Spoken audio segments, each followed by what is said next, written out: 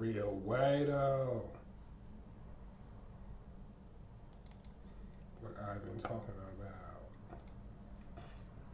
Welcome to another episode, and as you can see right now, We're Bitcoin is doing up, something we're very, very, very interesting. Bitcoin is pumping back towards 100k. In fact, we may play the 100k song today again on Twitter. Go follow us on Twitter if you haven't yet, because look at this recovery. This recovery is so nice. We're pumping higher and higher. We're at 98.8. Very soon at 99 yet again.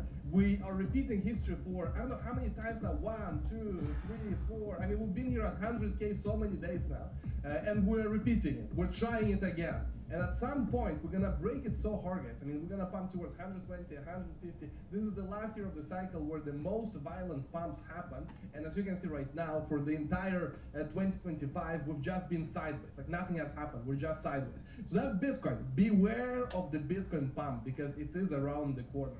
Also, you look at Solana, it's recovering from this 160 now basically to 180, fully recovered. Let's see ETH, what ETH is doing. ETH also, look here, from 2100, when was it? This was at the start of February, also recovering back soon at 3K. So all in all, the market is coming back, the market wants to pump, and just like Kevin Svensson discussed on his channel and on Twitter, we are right now breaking the weekly RSI on Bitcoin. This is very important. Whenever we break the weekly RSI, we pump very nicely. Here we pumped 95%, here we pumped 80%, here we pumped 73%. When you look at the Bitcoin weekly RSI, and it breaks out, I mean, it's up only, and that's what we're witnessing right now, and Kevin Svensson discussed it. Also, keep in mind that we haven't really broken out above 100k for real at all. Like, we've been at 100k many times, but we haven't really turned into price discovery mode above 100k. We've always broken through and then back, and broken through and back. We never actually went into price discovery mode. When we enter price discovery, guys, holy crap! I mean, that's when we are basically at 150, 120. Solana can go to 1k. ETH maybe gonna go to 10k. Finally, we thought it's gonna do it last cycle, not really. And just like Bob Lucas says, look here, it should go without saying that markets can do absolutely anything and be a humbling force. That's true. We don't know what's going to happen to the market. We don't know. Market can go up, market can go down. We don't know what's market going to do. No matter the contents level. Remember that with any tweet. But I found that there are generally a few small windows to be aggressive, most of the time idle. So you have small windows to be aggressive basically when these pumps happen. And when I showed you in the picture, when we break out from the weekly RSI, you do see this crazy pump in Bitcoin, crazy pump in alts, and then we're sideways for months. This is very, very important. You really have to look at what's happening now in the coming weeks, in the coming days, because if we break out from the RSI, it's going to be insane. Bob Lucas says, we don't have confirmation to be aggressive yet. The final leg into a cycle low can shake out, but you don't want to be fearful, that's for sure. And when you are speaking about cycle low, when he's speaking about cycle low, he's speaking about his 60-day cycle. And his 60-day cycle is coming to an end in like a week. So he's warning for potential volatility, but we were 50 days in 3 days ago. So yeah, it's like a week left before his 6-day cycle resets, and that's normally when sentiment resets. That's normally when we start pumping very nicely to the upside. Guys, we have a lot today. We'll be speaking about Solana, ETH, altcoins, even OG coins like IOTA have news. Like there's a lot. I want to welcome everyone who is watching live. Let me know how you're doing this fantastic Friday. Week is over. It's crazy. It flies very, very fast. I'm a bit sick, so I may have to pause and clear my nose just so you know. I got a bit sick. But all in all, it's good to see markets are recovering. If you're new to the channel, subscribe to the channel. If you are returning, smash up the like as soon as possible. Click the bell button, subscribe and the bell button. And as always, click the Bybit link below, because if you go to Bybit, you get a big, fat, juicy sign-on bonus. On Bybit, you can go long, you can go short, you can make money on crypto pumps or dumps. Let's say you think that Solana is crap, it's only for memes, you can put a big fat 100x short here and make money if it dumps. If you think that Solana is fantastic, it's gonna go to 1,000, you can do the same, but you can long. So you have the tool, you have the bonus, be careful, you can wreck yourself also. Only do this if you have risk management. And on Bybit also, you can trade spot, you don't have to use leverage, and you can get the card. A very, very nice Bybit card, so you can so you can spend your cryptos in the real world and buy a banana or a mango, whatever you want. You can use the buy the carbs. Now, looking at the overall market, what do we see? Let's check the overall market, the big market caps. This is what we're seeing. Bitcoin plus 1.5%, ETH plus 3%. Look at ETH, man. ETH finally waking up. You have BNB 1.8, Solana plus 4.4, Doge plus 1.4. Cardano plus 3. Now there's a bit of, I don't know what to make what to make of it. But Cardano founder Charles Hoskinson, he's salty because Javier Milei said you know, that he's happy to host Dev Connect for ETH, which is their hackathon. And he said, Javier Milei from Argentina president said that you know, it would be a great opportunity for our country. And then as a response to this, Charles Hoskinson, he just posted this, like he quote tweeted this, and this is his response. He's just, I don't know what it is. He's not happy that Javier Milei is tweeting about ETH. That's kind of let me know what you think. Because Javier Milei also retweeted a Cardano thing. Javier Milei retweeted the Cardano thing like a few days ago also, but he didn't write anything. For Cardano, he just retweeted something about Cardano.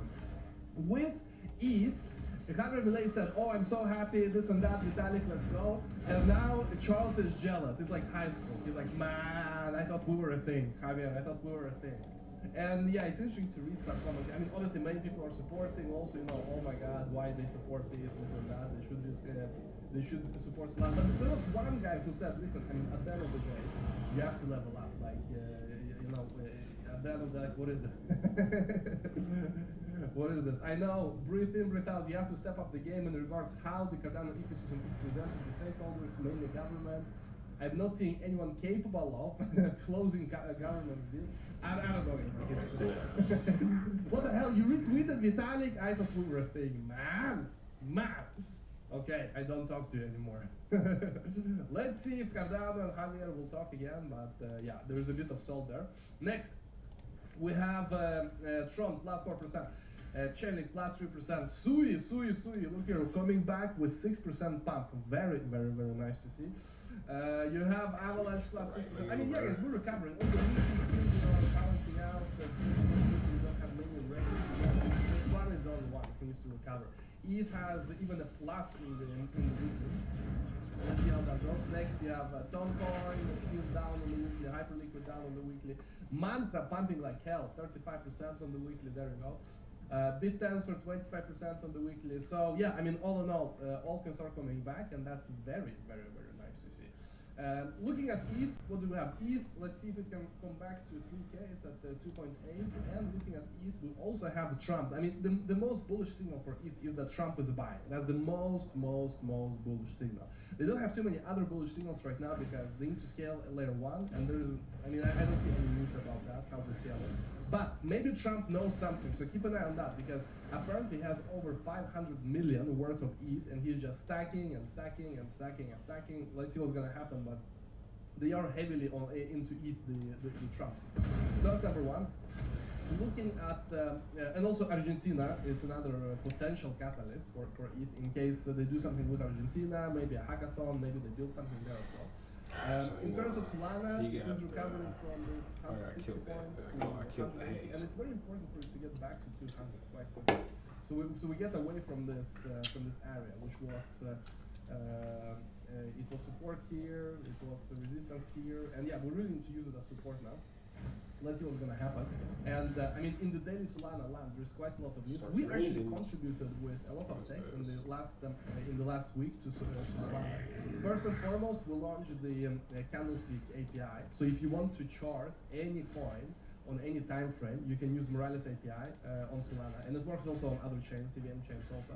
But we did release Solana. It's also supporting Pompan pre-bonded tokens. So any shitcoin, any coin on any pool, if you want to draw a chart, you can do it using our API. And also you can just embed a widget. If you don't want to use the API, you can do that. Also, we released an API for Solana, which is pair stuff. Basically that, given any LP pair, you can see the number of transactions, the volume, number of traders, you can go between different pools and all of that. That's also new on Solana. So if you are a dev, very important for you. And next, we've also released the search. So basically using our search API, which you can see on the website as well, searching any ticker or any token name or any address, you can easily embed it into your wallet or into your app and basically find any coin on Solana or other chain also. I mean, we have many, we're now pushing out the Solana APIs. That's number one. Next. You have a Helium on Solana. So Helium is like decentralized. They're now working with Movistar. And Movistar has millions of users. I mean, is this some telecom thing? Let me know if you're in Mexico, if it is telecom. But it seems like that. Like, 5G, Movistar, like Mexica. This is like Mexican AT&T, I guess. But what's important here is that this Mexican AT&T, Mexican Telecom, they are now selling Helium hotspots. Okay, they become like a centralized business that sells access to the decentralized network. So that if you want coverage in places where there isn't maybe no traditional coverage, you can get coverage because the Helium has decentralized coverage across I guess Mexico and the world also. So all in all, they did a pilot first. Pilot went well, and this is a real world adoption. This is real world adoption of tech in the real world for people in this example who are using hotspots, and it's all done on chain, all decentralized. If you share your hotspot, you get rewarded with the coin, and data usage burns their coin also. So Movistar is to sell Helium hotspots in retail stores and online. Movistar will resell the Helium coverage to Mexican, what is this, MV and those, what is that? It's some telecom stuff, but anyway, you get the point. It's now at a stage, the deep in tech in crypto is at a stage when we have cheap chains, we have fast transactions, everything is super scalable. We are now in crypto at a point where this is possible. You can actually have real world use cases in a very, very nice way. Another similar thing is now happening with the Winbit. So Winbit, it is kind of like Hivemapper. So let me start with Hivemapper. So Hivemapper, they also have news by the way, people with that. Hivemapper is decentralized Google Maps. It's also on Solana. So Hivemapper is decentralized Google Maps, and now they're integrated into this TomTom. According to Solana, TomTom stood #1 in real-time traffic services, beating Google, Apple, and 24 other providers, thanks to their traffic data available in 84 countries with over 600 million connected devices. They're now using a Hivemapper. So there's now a big trend that this centralized companies, let's say telecom or this like TomTom, whatever it is, apparently bigger than Google and Apple for traffic stuff, they, in some cases, it doesn't make business sense for them to invest in some kind of feature or some kind of coverage. Let's say you're a telecom, you're gonna do coverage everywhere, or maybe you prioritize it. But because we have decentralized networks now also, they can basically fill out all these areas where your business, centralized business, may not have invested yet. The same thing is with coverage of these roads, what Hivemapper is doing. Yes, you can have a centralized business, but you have finite resources. And the decentralized network can basically ensure that you have coverage in your business, you can offer services, even in the areas where maybe it doesn't make full business sense for you to do it yourself, but with the decentralized network, you can now fill in those holes. And that's a very, very strong thing that's happening. So that's with Hivemapper. They're like decentralized Google Maps. And now also you have Winbit. It is like Hivemapper, but for air. It is for aviation data. So what they did yesterday is that they announced this partnership with Spire Global, and they will be launching their satellite with SpaceX Transporter 13 and basically mapping more and more of the air also on Solana. So by merging Spire's aerospace innovation with Winbit's deepen on Solana, we aim to create a new standard for aviation data, engineering a future-proof solution that the multi-trillion-dollar aviation industry can rely on for decades to come. So, I mean, that's quite interesting from the perspective of real-world use case, not just memes, and actually things that need fast confirmation, low fee, and is happening on Solana. So that's very, very important because I see a lot of like fake news and fun because Solana is only for meme. I mean, you see yourself. You see yourself. It's way more. Also looking at users, Solana has 10 times more users than ETH and Bitcoin. The tipping point happened in January 2024 and has persisted until now. The flipping will happen. Also, where's Fred Krueger? Here. Fred Krueger has been tweeting a lot about Solana lately as well.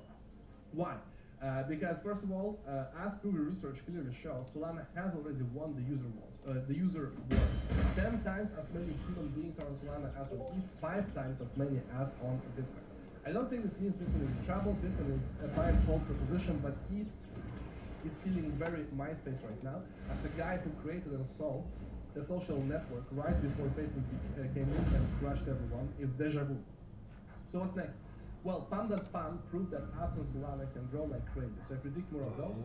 Next are stablecoins, Treasury loves them, Commerce loves them, and I expect we'll see a ton of them in the future as well. So all in all, that's it's a very big shift where most people also realize themselves, okay, there are apps. And if you go from just reading about crypto and actually using crypto, you see that for yourself. Another thing is the gaming. On Solana, there are not like too many games, but one of the biggest ones, Star Atlas. By the way, Star Atlas is crazy because they lost their treasury, or I think they lost a big part of their treasury in the FTX, and they're still here. They're kind of like decentralized from like Star Citizen. You know Star Citizen? Which is this, I mean, maybe borderline. I don't know if it's ever gonna be done. Like, I don't want to say it, but is Star Citizen maybe like a borderline scam because they just keep raising and raising, but it has nothing to do with crypto. But they have this ambitious as hell game, and I remember I was like 15 or something when I heard it. I got so excited, but they're still building it. The game is still not like out, but I don't know. Maybe it's going good now. But the idea of the Star Citizen was this massive galaxy. You buy ships, you do all kinds of stuff. You are in this big game. And the Star Atlas is a crypto version of that, and they're also pivoting hard to build products on Solana.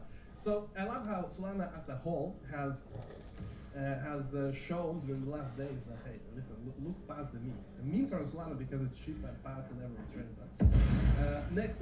Solana Fall as well, coming out in the spring. We don't know exact date, but the next iteration of their phone is coming out. And Tolly says the whole thesis for Solana Mobile is that app developers that want to avoid the Apple and Google tax can give out digital content and incentivize their power users to switch to Solana Mobile. Build awesome mobile crypto experience. Skip duopoly tax. It's very important. Sorry. So that's that. All in all, the market is coming back. Meme coins. I mean, maybe meme coins are also going back. That's the thing. We did see a few days of panic in memes, a few days of frustration, but maybe memes are also going to be back. At the end of the day, the market is overreacting always. It's overreacting to memes. It's overreacting to moving away from me. It's overreacting to everything. We're very emotional. So days have passed. In a week, this whole like Libra scam is forgotten, and we're back to business as usual. So that's what's happening in the Solana world. You can also read Brian Armstrong. He has a big fat post about memes. He actually says memes are going to be mass adoption. Even Bitcoin is somewhat of a meme, this and that. So we should be open-minded about where memes are going. Coinbase differentiate itself, blah, blah. You can read yourself here. We should purge the bad actors and lift up the people trying to build lasting value. We want to bring the next billion users on chain and help them earn a living, avoid high fees, this and that. So yeah, maybe, let's see if we can get some memes on more memes on base to bring mass adoption. So that's with Solana, that's with ETH. One thing that is propelling the EVM world forward is Monad. I don't know if you've seen during the last few days, but Monad has been buzzing. Monad, you can say it is EVM, but super highly scalable. It is what ETH would be if they scaled L1. Okay, Monad is ETH, but you scale L1, and you do it properly, not like Binance Chain, where you just tweak all the parameters to the max, and that's it. No, Monad is really scaling ETH, properly scaling the data store layer, and ensuring that the client is well built and that the network can run efficiently. So they did release the testnet. It is in the Phantom wallet. It's also in the Meta. Like you can use it on any wallet. And they said that they got 300 million RPC requests in the first 12 hours on the testnet. They also have projects launching. For example, Orderly is live on Monad. And this protocol is very key for liquidity. So if they can bring liquidity to Monad, fantastic. What else? 8.8 million active Ethereum addresses were sent Tesla tokens last night. It took about 30 minutes and at 5,000 transactions per second. So let's see.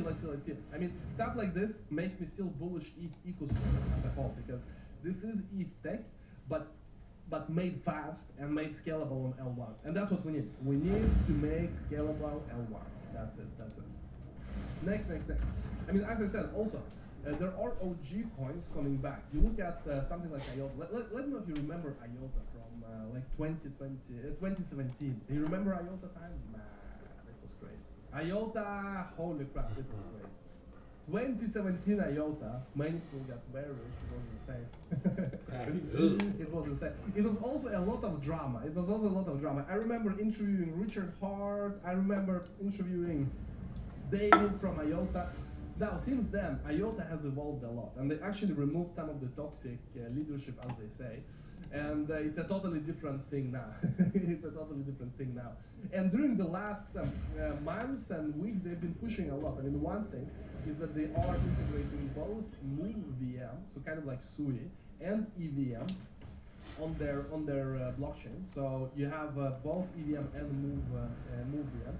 So looking at the situation with IOTA, there are some interesting things that make it reasonable to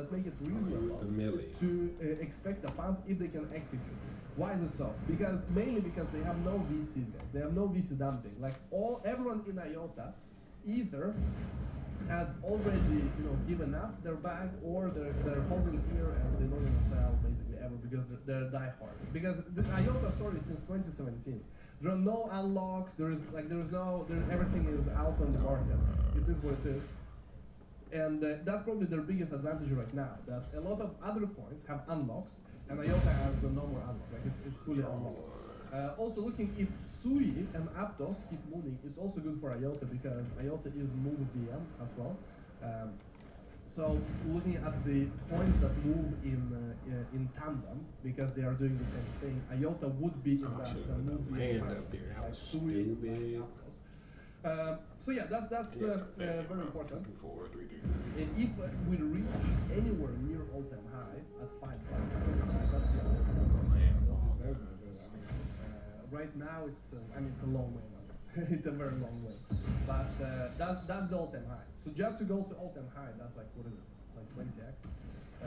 But that's number one. So they have the tech improvement, which would place them in the same category as Aptos and SUI. Also, they get integrated into Nansen, their EVM chain. So they're integrated into the ecosystem. They're being supported by different ecosystem players, and finally, they're also building, and they are attractive building. So if you want to build on IOTA, you can access up to 100,000 euros and build on IOTA. So check it out also. Let's see what's going to happen, but all in all, the OGs may come back when you least expect it. Next, what do we have? Oh, Pulse, by the way, yes. Let me know if you think Pulse is going to come back. I did a post here saying, Pulse gang, you deserve better. Imagine if you were all in a project that actually pumped. And listen, I'm not being bearish here. I'm not being bearish. I'm just, I'm saying it out of love because I see the Pulse energy. I see how many people in the comment section, Pulse, I see the energy. They wanted to pump, but it doesn't pump. It doesn't go up. Like it's the all-time high was basically when it minted here, and I actually went a bit higher here. Oh no, let's see, this one, what is all-time high? Max, is this all-time high? Or is the chart complete here? I think the chart is complete. It's all-time high here. It goes down, it's only down. So, I did this too saying, all this energy, all this drive, and the price is down a lot. Sacrifice price, where is the sacrifice? It's here. Here is the sacrifice. This is just to break even for the sacrificers. Here. Just to break even. This is not even like getting any gains, okay? It's just to break even. So if you didn't dump here during this few weeks here, when it was above sacrifice, you're underwater since like years. And what is the problem? Like this. Everything else has pumped like hell during that time. Look at Bitcoin, look at Solana. Like there are so many opportunities that have pumped like hell. And Pulse else now, like their biggest dream is just to get back to sacrifice. 10. So I would say, listen, all this energy, all this, drive, like imagine if you actually had a coin which had good fundamentals also, which actually had maybe some return on all of this drive and everything. I mean, an issue may be the tokenomics, because very many people sacrifice, and when you have many people sacrifice, they have so many coins now, and yeah, I mean, basically the market cap of Pulse is going to be connected to how many sacrifice. But let's see, guys. Let me know what you think. There's a lot of discussion here. There's a lot of discussion in the comments. Casey came out saying, regardless of how many people, of how many punches our community has taken, each time we come back stronger. The only thing that matters in the space is community and a common goal. I don't think Richard Hart will fail, and I don't think our community is ever going away. Well, that's true. I don't think they're gonna go away. But the price, that's the thing. I do think I'll be losing my bet to Eric. Yeah, they had some bet that Eric said it's not gonna pump. She said it's gonna pump. It was like years ago, maybe 1 year ago. High conviction plays aren't easy. That's why they're high conviction plays. But those plays tend to be the most rewarding. Yeah, let's see. Let's see. Eric says, don't give up. There is a chance for you. There is still tomorrow. Don't give up. Liquidity is low. SEC case dismissed any second. Exactly.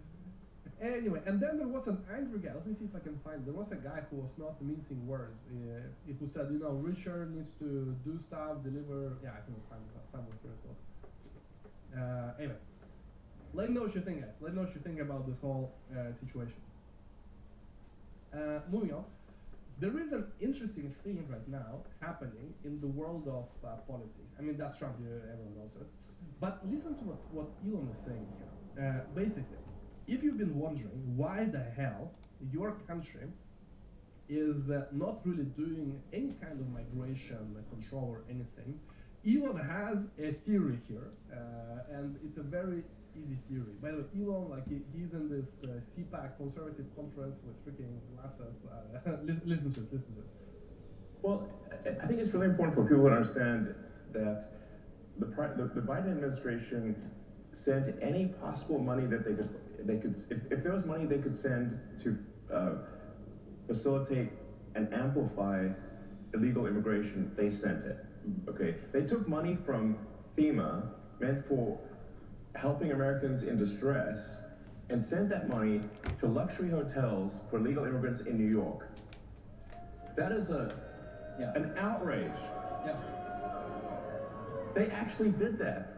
And not only that, even after the president signed an executive order saying it has to stop, the FEMA, the sort of one of the deep state bureaucrats still pressed send on $80 million last week to go to the Roosevelt Hotel in New York and other places last week.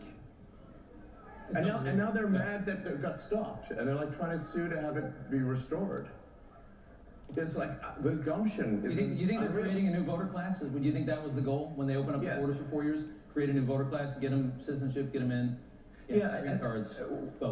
A lot of these things, you don't actually have to assume some grand conspiracy. You just need to look at basic incentives. Benefits. So if the incentives, fundamentally, if the probability that an illegal is going to vote Democrat at some point, whether it's cheating, but eventually they can become citizens. But if the probability is 80-90%, just look at California, which is supermajority Dem, and then the incentive is to maximize the number of illegals in the country. That is why the Biden administration was pushing to get in as many illegals as possible and spend every dollar possible to get as many, because every one of them is a customer, every one is a voter. Yeah. And so the whole thing was a giant voter importation scam. That's crazy. That's crazy. I mean, listen, I've also been wondering that, because everyone knows you want immigrants who are good, who are educated, but no. That's not the point. That's not the point. Because if you're educated, you're good. I mean, you're gonna make your own money. You're not gonna vote for socialists. So this actually applies to a lot of Europe as well. So obviously, when we're looking at crypto, when we're looking at what's happening in the world, I mean, all this is super connected, because it's all about who has control in the government. It's all about whether you, as citizens, have democracy or not, whether your interests are looked out for. So when we're wondering, now, why the hell are they so anti-crypto? Why the hell are they so anti-blockchain? Why the hell they're so anti-self-custody? There's always some kind of interest. There's always some kind of interest behind it. And obviously, The same is happening overall when it comes to a lot of other things. You're wondering why the hell something is happening. They don't like crypto. They don't like this and that. You know why. You know why. And again, this is fascinating. Like it's fascinating to see this turnaround. It is quite insane. Next. Look here, Liz Truss. She is the former PM of UK. Let me know, by the way, what the hell happened to her. Did she get ousted out? What the hell happened? She is also coming out swinging, guys. She's coming out swinging. She's gonna ensure free speech in the UK. Listen to this. Let me know if you love Liz Truss if you are from the UK. Let me know. I mean, in comparison to two-tier here, I guess she was better, or maybe not. Let me know. We have seen what independent media has done for the United States, and we want some of that. That's why we are going to be establishing a new free speech media network in conjunction with our American allies, including the great people here at CPAC. It will be uncensorable and uncancelable. It will take on the Britain-bashing corporation, which is what we call the BBC. It will take on... exactly. Anyway, guys, this is fascinating stuff. Well, someone said in the conversation that actually more like educated people vote for liberals. I mean, maybe it was like that in the past, but now, like, you look at anyone who is in tech, who is an engineer, like we looked at all Silicon Valley, they are conservative. So a shift has happened. And also another question is, what kind of education? Because, gender studies, I know many people, even, from my, who went in my class, like in high school and in school in Sweden, man, like some of the educations they got, I mean, on paper it is education. In reality, I don't know if it's education. In reality, they spent like 4 years, some, DEI, gender. In Sweden there's a lot of that. There's, you do research about all the PhD and the 500 gender. Like there's a lot of that. So I don't know if that's true anymore. Like this view that conservative is redneck, when you have like all the tech being conservative, everyone who's building being all crypto being conservative. I don't know if that's true anymore. But I know many people still think it's like rednecks, freaking rednecks, so elected Trump. No. Not anymore. And you also look at Joe Rogan, even like some of the examples where, yes, these people were liberals in the past, but no more. So yeah, a shift has happened. Anyway, I think it's connected to crypto because crypto has been under the same attack.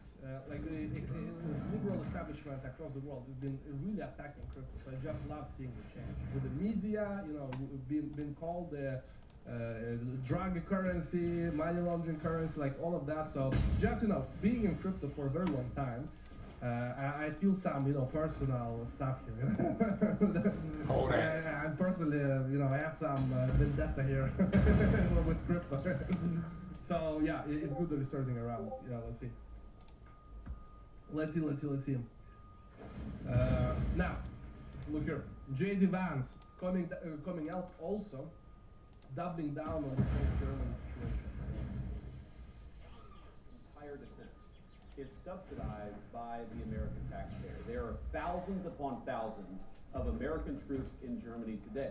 Okay, Do you think the American taxpayer is going to stand for that if you get thrown in jail in Germany for posting a mean tweet? Of course they're not, right? So the point that I try to make to our European friends, and I think that they're our friends, I believe that, I know President Trump does, is that friendship is based on shared values. You do not have shared values if you're jailing people for saying we should close down our border. You don't have shared values if you cancel elections because you don't like the result, and that happened in Romania. You do not have shared values if you're so afraid of your own people that you silence them and shut them up. So let's have shared values.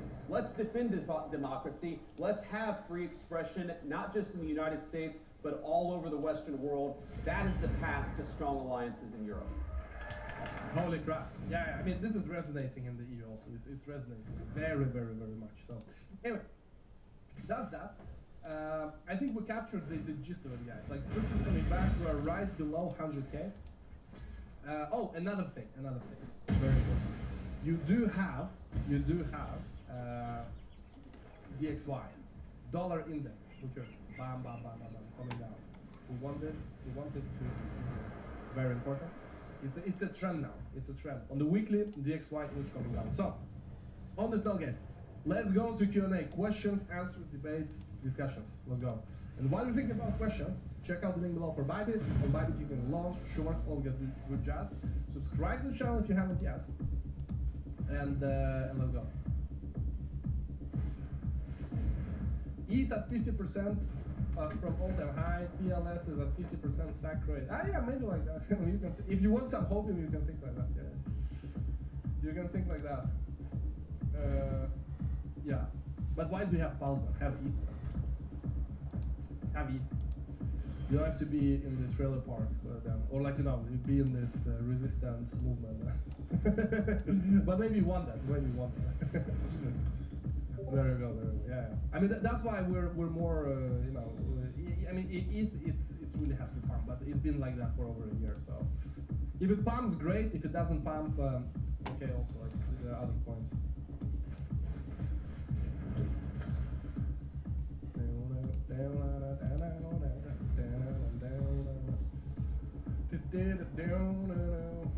Let's see, let's check Sol ETH, someone asked.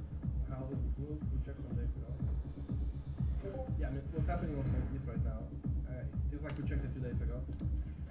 It is gonna be a higher low. Like if it just bumps from here, this is a higher low. The trend is intact.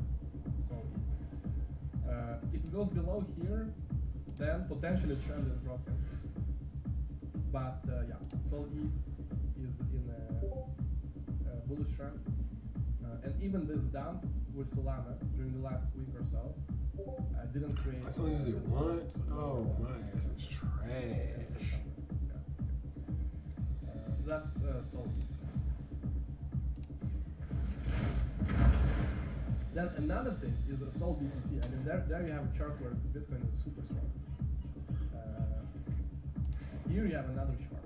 Like, if you just, like looking at Sol BTC, Bitcoin is strong as hell. It's you can say it's it's dominating. Sol is dominating ETH. This is not the best chart. So Bitcoin is the play currently. There is it's very there. Let's see. ETH BTC. Man, ETH BTC. This one is even more tracking about. Yeah, I mean, the best play has been Bitcoin for the past month. It is what it is. Bitcoin is the big daddy. It's spanking everything. Okay? No one has anything on Bitcoin right now. Let's see other Bitcoin. Yeah, I mean, this thing also big fat downtrend. A bit of up, but then down. Yeah, I mean, if you look at Bitcoin, it's nothing is good. Nothing. Until Bitcoin dominance doesn't peak out, and yeah, let's see. But yeah, Bitcoin is Bitcoin. Obviously, we have alts because we think at some point they're gonna run faster, but up until right now, Bitcoin is Bitcoin.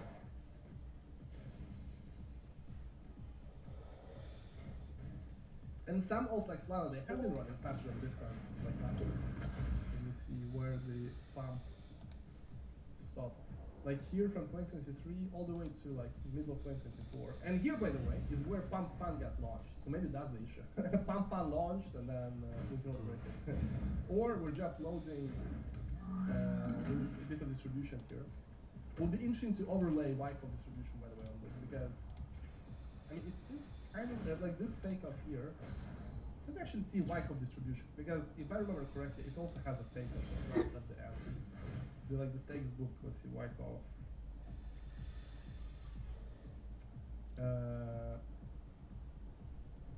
Sorry, no distribution accumulation. Before the next leg up. Yeah, I mean, maybe it is something like that.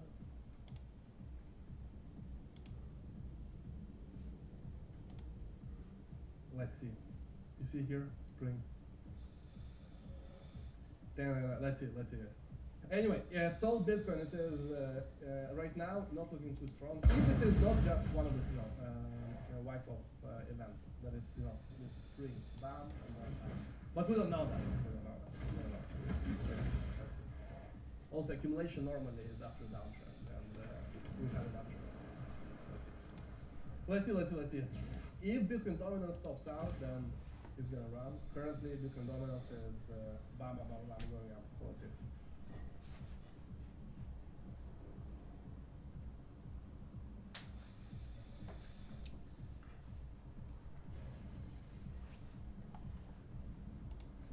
Thoughts on Pi? I have no thoughts. I can just copy what Bybit CEO. I mean, I don't even know what it is.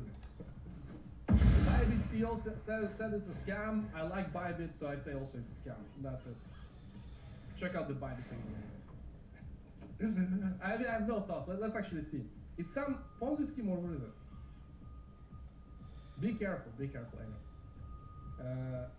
If Ben from Bybit is saying it's a scam, I also say it's a scam.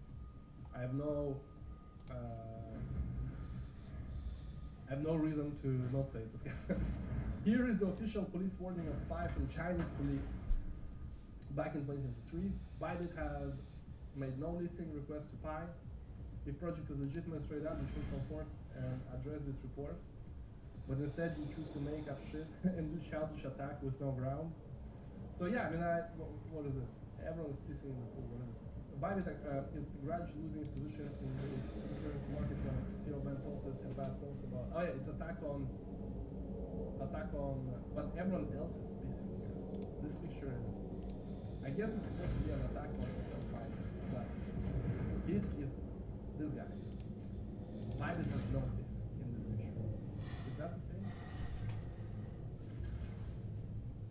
Exactly. You need to understand the meme you chose. Exactly. Exactly. Wrong template. Exactly. So yeah, this like the Pi scammers cannot even choose a good picture. Anyway, yeah, okay, and so Ben didn't even mention the issue with the picture. He just said, listen, if you're legitimate, speak up about the accusation from the Chinese police. I still think you're a scam. Bybit will not be a scam. So there you go. Yes, I don't know Pi. Like it's I don't like the design. I don't like.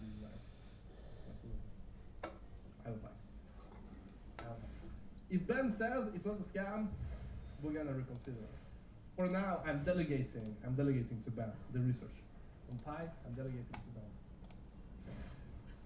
Let me know what you think, by the way. If you love the Pi. 1, 2. Chinese police, exactly. So Ben said that Chinese police has published a report on Pi.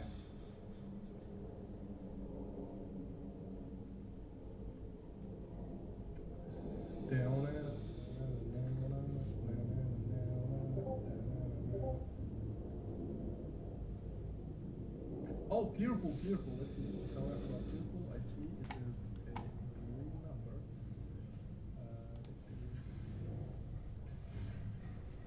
I mean, price prediction is hard to say. For now, we just can look at what's happening. It bumped to a higher high. Bam, you like that. It bumped to a higher low. Bam. So now it just needs to continue the trend. So yeah. When it will peak out, like who the hell knows? We don't even know where Bitcoin's gonna peak out. So let's just take it one day at a time. Let's see what's gonna happen. We can just look at the chart. Down.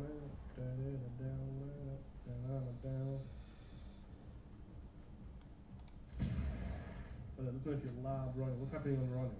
Let's check it. This active currency thing. It's a. Who liked this token? Cute Asian girl. Was it you, Guzman? You were down 31%.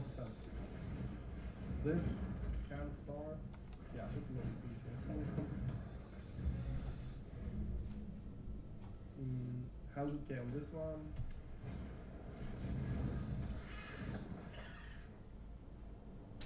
Was it Kagi? It was Kagi. Eric, okay, I love CAG.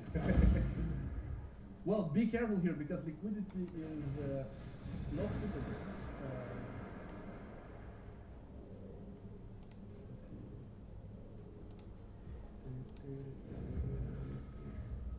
Yeah, going down slightly. Down.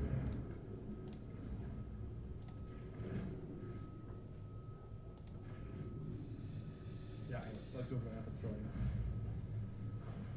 We will be announcing some running APIs, by the way, later today on Twitter. Metis. Let's check Metis. What's happening to Metis? Metis. Wow, 10%. There we go. Coming back. 14 days, 17%. Okay. Metis. It did have pump here, coming back. Yeah, ideally it would have continued higher lows, kind of high. This thing, yeah, I mean, it needs to pump. It needs to recover the lows ground, but the team is good. Let's see if they can do it. But yeah, not too good that actually went below this previous level. We want them to do higher lows, not lower low. So, but they need to get back. They need to get back above this 67, 6 apples.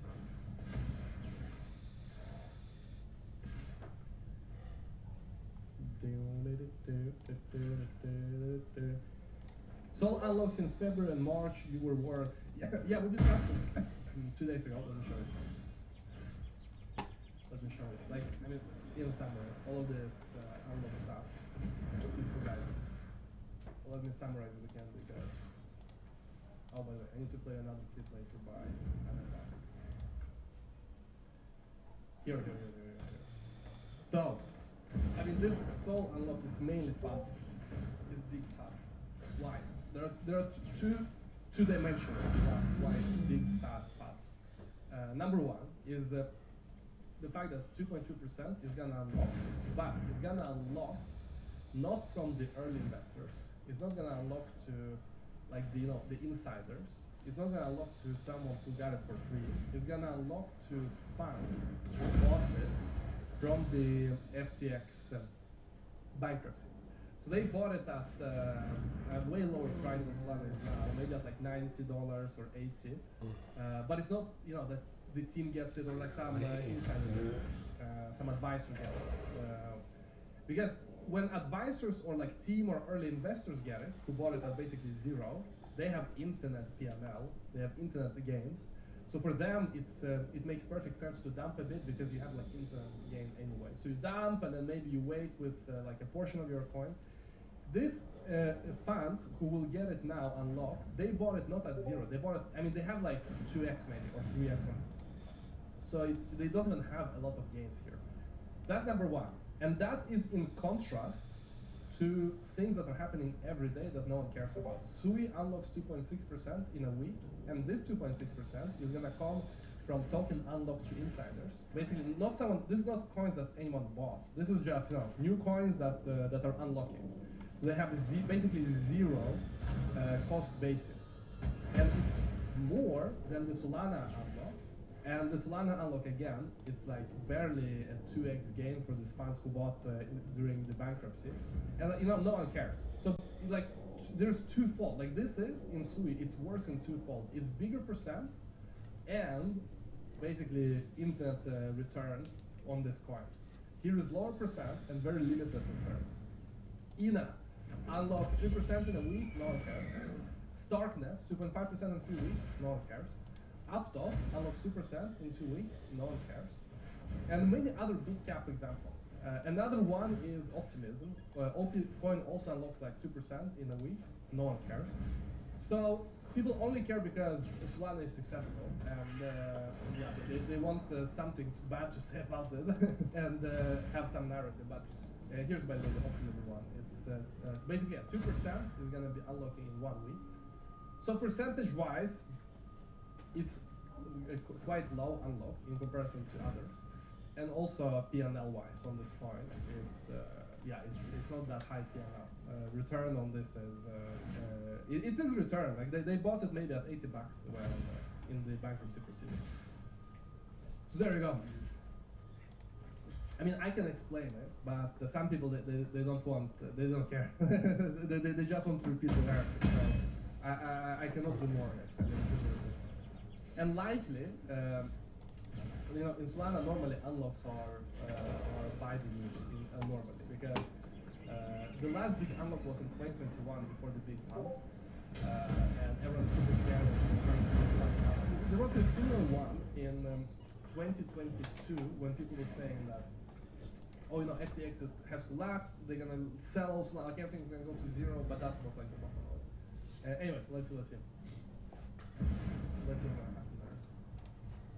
But yeah, I mean, my view is that this unlock, it's a nothing burger. It's nothing's gonna happen. Likely it's gonna pump because then this FAT disappears as a aspect, as a thing, and that's actually bullish.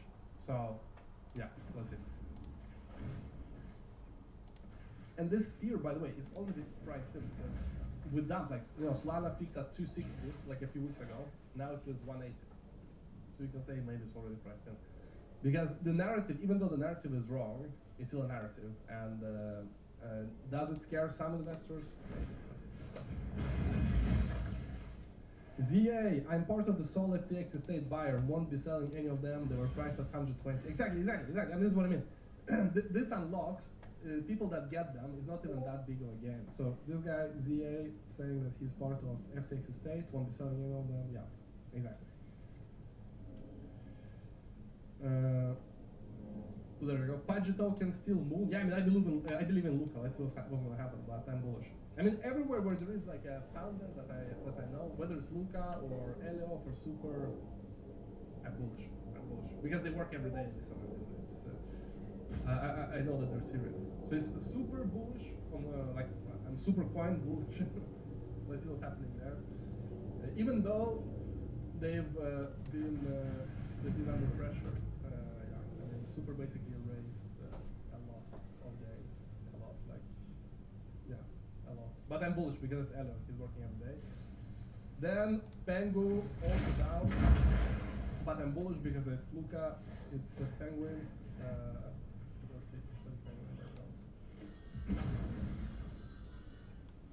Yeah, it launched at 0.03, now it's at 0.01, so yeah.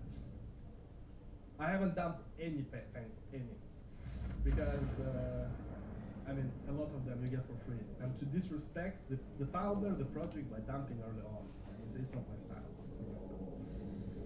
So bullish, hodl, let's see. I mean, I got an airdrop from Penguin, okay?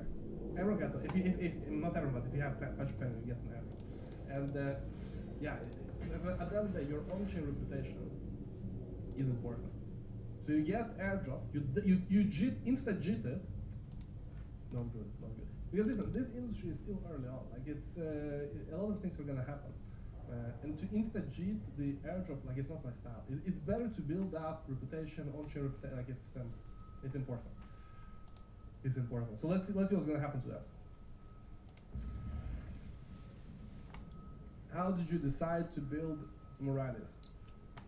Well, I mean, it actually started in the last bull market when we tried to build an NFT chat, and we discovered what the hell, it's kind of hard, because in the EVM chain, you cannot get from the blockchain the NFTs that user has. Okay, without an indexer, without an API, you cannot ask the blockchain, hey, give me all like NFTs that the user has, or give me all the tokens that user has. So we're building a chat where you can like log in with your NFT, and we thought, what the hell, why is it so hard? Like it's impossible. Like to just speak to the node, which is the blockchain interface, you ask the node, hey, give me all the NFTs, like there's no such thing. You cannot ask the node. Because the node, it's not built to be a data. It's built to be a consensus participant. And yeah, it's all about like confirming transactions, writing them into the chain, and it's not really made to read the chain state, like in ways that is not helping the production of blocks and the validation of the chain. So that's the problem with the EVM node. Like it's optimized for being a good node for consensus, creating blocks, but it's not optimized to like read stuff from it. Like, you know, given a user wallet, give me all the NFTs. So that's what we start to think. Wait. So we need to figure out how to index this.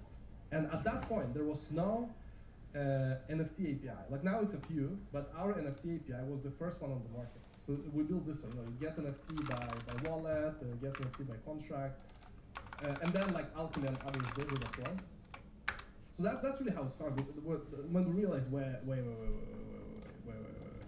You need an indexer for EVM. Like that's how the system is built. And our first API was an NFT API that you can like with a line of code can easily get everything. But the same also applies to tokens. Like to get all the token balances, you also need to index. But yeah, since then, like we have a bunch of stuff. Like the latest API we shipped, which is very good and very insane, is like the big one has been this one. Open, high, low, close volume. It was basically API to get any chart. Like to get any chart for any pool or any time frame, like, you know, getting candlesticks. And also in real time, like that's another thing. Like everything needs to be real time, everything. So yeah, I mean, I would say we're pretty world class at indexing. You know, we've been indexing for quite some time.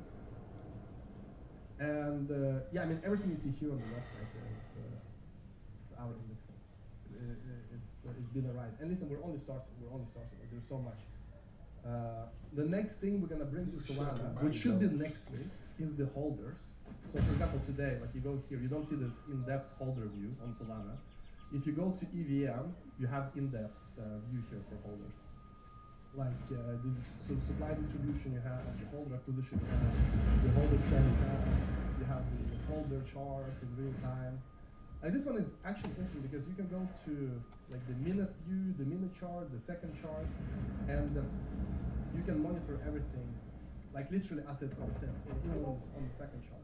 So when like airdrops happen, you can see in real time things like change here on the holder chart, on this holder acquisition chart. Like it's super cool. So anyway, that's some background. Yeah, and now we do support running also. Like everything here, we have for the latest chain. And there's a lot. You can go nuts here, building stuff. Anyway.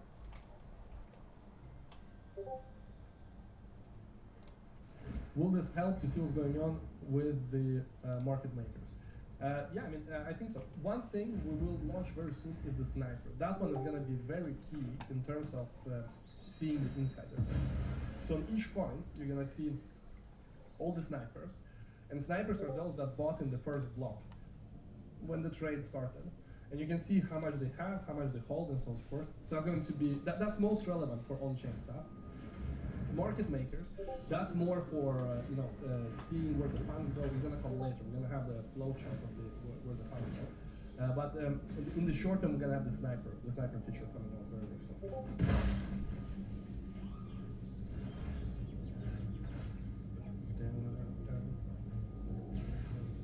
Are all blockchains not read-friendly or just EVM? I would say it's mainly EVM. On Solana, I mean, as far as I know, there's not a big issue as far as I know. I myself haven't poked with Solana, but our team is saying it's way easier to get stuff from Solana. But there you have other issues because it's super fast. So database needs to scale, and everything needs to be super fast. I mean, the amount of data on Solana. It's you have a trade-off there, you know. The trade-off just like to get everything in, to make everything fast. It's quite a lot. But I think that one is easier I mean, overall, like to read stuff, it's easier. But then it's other issues because the amount of data is insane. But it's up to some point. Like it's up to some point where I think you can get token balances quite easily on Solana. On EVM you can. But very quickly you reach a balance there. Like for example, the amount of work for us to do the candlestick, like this endpoint, it's kind of similar because, I mean, yes, as long as you read the basic stuff, you still have to apply the same logic on top. But there is a bit of work to do on EVM to like make it on the Solana level in terms of indexing. But everything from there, I mean, once you have the balances, you want to make something on top of that is the same work. So this small difference in on the lowest level, it becomes more and more insignificant as more like cool stuff and complex stuff we build on top.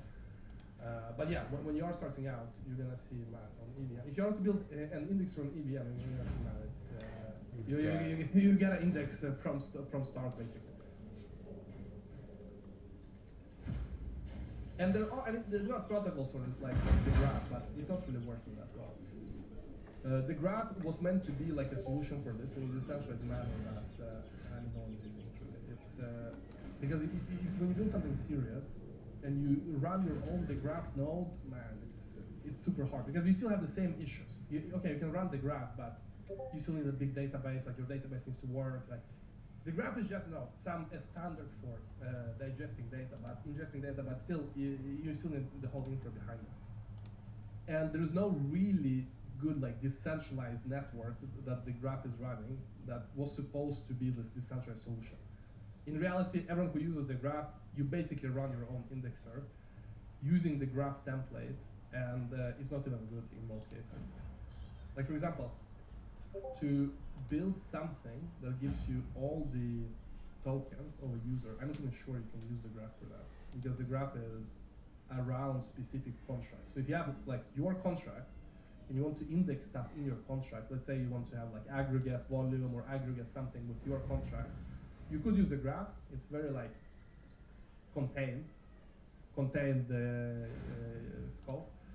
But to, let's say, index all tokens for all users, the graph cannot even work for that. So yeah, that's, you need to do it.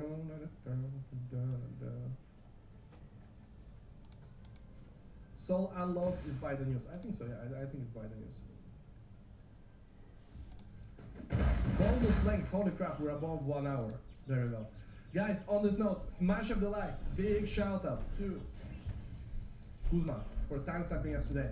Hope you enjoyed the weekend. Have a good weekend. Thanks for being here yet again. Another week has passed. It's been great. I mean, it's really fun to be here every day. Even when the price is sideways, it's still fun.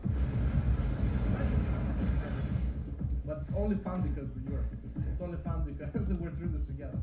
Since November, guys, we're basically sideways. And man, you remember here sideways? We were sideways from March to October, okay? Even when we're sideways, well, we do daily shows together. It goes faster. Let's see if thanks a lot. Enjoy. Check out the Bybit link below. And goodbye, guys. Goodbye. And big shout out to you.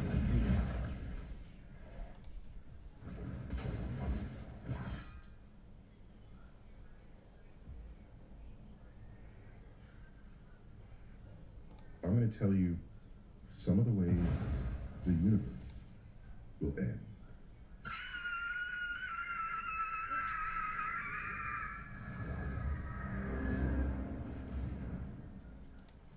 But they're not going to end in your lifetime. In that case, I take it back. All right, so let me give you some scenarios that are on the docket. Okay. As you may know, we are currently expanding. Yes. All right. That's right. Growth, damn it. And as we expand, the universe gets thinner and thinner, less and less dense. If you're not growing, you're done. Well, consider, how do you make a star? We have a gas cloud and it collapses right, to make a new object. Right. But if things continue to expand, then there's an interesting sequence of events. First, there are galaxies that have already used up all their gas. Okay. They have these elliptical shapes. We call them elliptical galaxies. Oh, they don't have any gas, but they have stars that will live 1 trillion years. Wow. After 1 trillion years, those stars start dimming out one by one. There. That's the actual sound that a star makes when it's Yes, in the vacuum of in space. the vacuum of space. They will pluck out one by one, trillions of years from now, because that's their life expectancy. Okay. They're burning their fuel very efficiently, very slowly and very efficiently. These are the dim red stars, of which there are many in every galaxy. Right. All right. But there's no gas in the elliptical galaxies. There's no fresh generation to be made. In spiral galaxies such as ours, the Milky Way, we have stars that will also live 1 trillion years, they'll pluck out at around the same time these other stars do, but we have residual gas. Right. So we're making stars today. Yeah, stellar nurseries. Yes. Yep. Yes, the JWST. That's it. Is all up in that. Yeah. So that will only continue until there's no gas left. Right. So for a spiral galaxy, it might go another 5 billion years, perhaps. Oh, okay. And when we run out of gas, that's the last generation of stars to get made. You're literally out of gas. Out of gas. Right.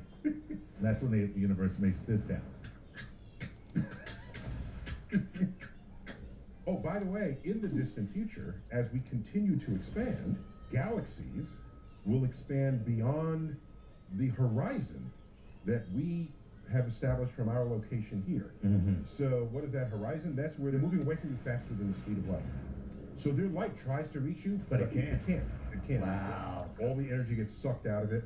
And so every galaxy in the night sky will go beyond that horizon. Okay? With or without its stars, it'll go beyond the horizon. So if we look outside of our own galaxy, nothing there. Oh. As far as we know, our entire universe is just the stars, living or dead, in the Milky Way. In the Milky Way. Oh, that's So our entire understanding of cosmology in a post-apocalyptic civilization, in that very distant future, will have no idea the universe had a beginning at all, because we know about the beginning by looking at other galaxies. right. So a page in the history of the universe will have been removed, and they will not even know it. Look at that. But wait, there's more. There's the matter of the black holes. Okay. Okay? Interesting. All right. So the black holes, the small black holes, actually will evaporate. Okay. Okay, using Hawking radiation. Right. So just outside the event horizon, there are these spontaneous particle pairs that are formed out of their gravitational energy field. Right. And one particle escapes, the other falls in, and that effectively subtracts mass from the black hole. Okay. So we will lose those black holes in 10 to the 30th years, something like that. Okay. And around then, our best hypotheses for the survival of the proton, okay, we think the proton might decay. If the proton decays, that's it. The proton decay, we're thinking also happens in around 10 to the 30th years. Wow. Last I checked.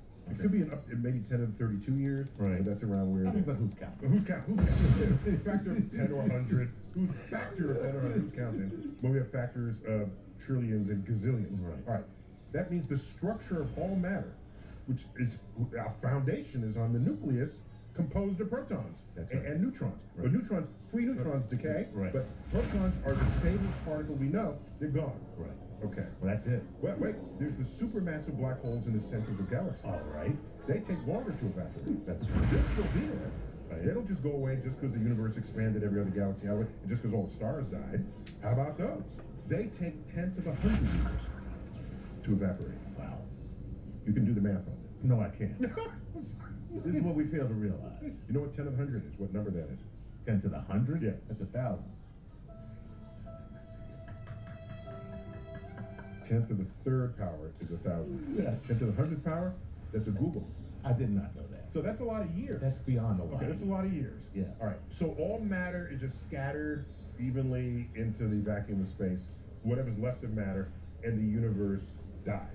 There's no more phenomenon to happen. Okay. You don't even have black holes evaporating. Right. Everything's Okay. done. And the temperatures have been dropping the entire time. Early on, it was very hot. Right. It was glowing. Glowing hot. Right now, it's cooled to 3 degrees absolute zero. Right. That's very cold. Right. But it got even colder. Even colder. Over near absolute zero in the very distant future. And, Okay? So in that scenario, the universe will not die with a bang, but with a whimper. And not in fire, but in ice. Oh, that sounds cold and lonely. That is a cold, lonely. That's one scenario. Okay? So for a while, people call that the heat death of the universe. But these are thermodynamicists saying that because to them there's no such thing as cold. Right. There's only heat or the absence of heat. That's Okay? it. Right. So the heat. So now all the heat is gone. So they call it heat death. But that's so misleading. Exactly. So I just prefer to call it the big freeze. We know what's driving that. Okay. What we do know about it tells us that it is unrelenting. So it's not just an expansion that will continue forever. Right. It's an expansion that will accelerate forever. Accelerate. Wow. Forever.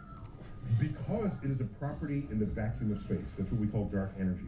So the more the universe expands, the more vacuum you have. Right. And the weaker gravity becomes because all the matter is getting thinned out. Musa, come. Thinned out. Yeah.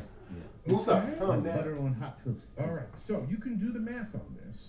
So first, yes, all the galaxies will accelerate beyond your horizon. Mhm. That'll happen. We got that in the first one, okay? But here's what the difference is. If that acceleration goes unchecked, Right. then it'll start ripping apart things that would otherwise retain their integrity from their gravity. Right. So first, they're galaxy clusters that even in an expanding universe, they'll want to stay together. With the accelerating expansion, it'll Pull start no matter what. pulling them away. Then, once it's destroyed the galaxy cluster, now it's going to start working on the galaxy, Right. which are tightly bound systems of stars. As the universe continues to expand, the strength of that expansion will become greater than the binding gravity of the systems themselves. Ooh. So it'll start ripping apart galaxies. Okay. Damn. Then you don't have galaxy clusters. You don't have galaxies. Now you just have stars, and their planets. It'll start plucking the planets away from the stars. Home wrecker. Just a home wrecker is what you are. It'll start ripping apart The star the itself. stars and the planets themselves. These forces are strong. Yeah. Okay. So it'll start becoming stronger than the electromagnetic forces that holds matter together. Damn. One way to imagine this is we have a rubber band. Okay. You take one end and I'll take one end. All right. So you feel the This force is already coming on us, dangerous. right? Go ahead. So this was originally the gravitational force that was holding galaxies together. Okay. But this dark energy broke that apart. Then there's the force of the intermolecular force. They broke that apart. Okay. But the universe is getting more and more stretched. Right. Okay. What we don't know is there a limit to how much the physical universe can stretch in response to this dark energy? Okay. Because once you're down to a proton and it rips apart a proton, then you're left with quarks. But then what happens? Can you rip a quark apart? We don't know. We don't know. What? But then what could possibly happen is Oh no! No!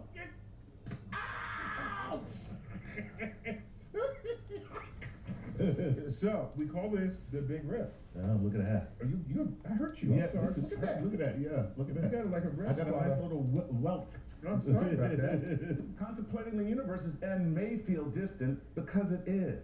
But here on Earth, year after year of record temps bring us a different urgency.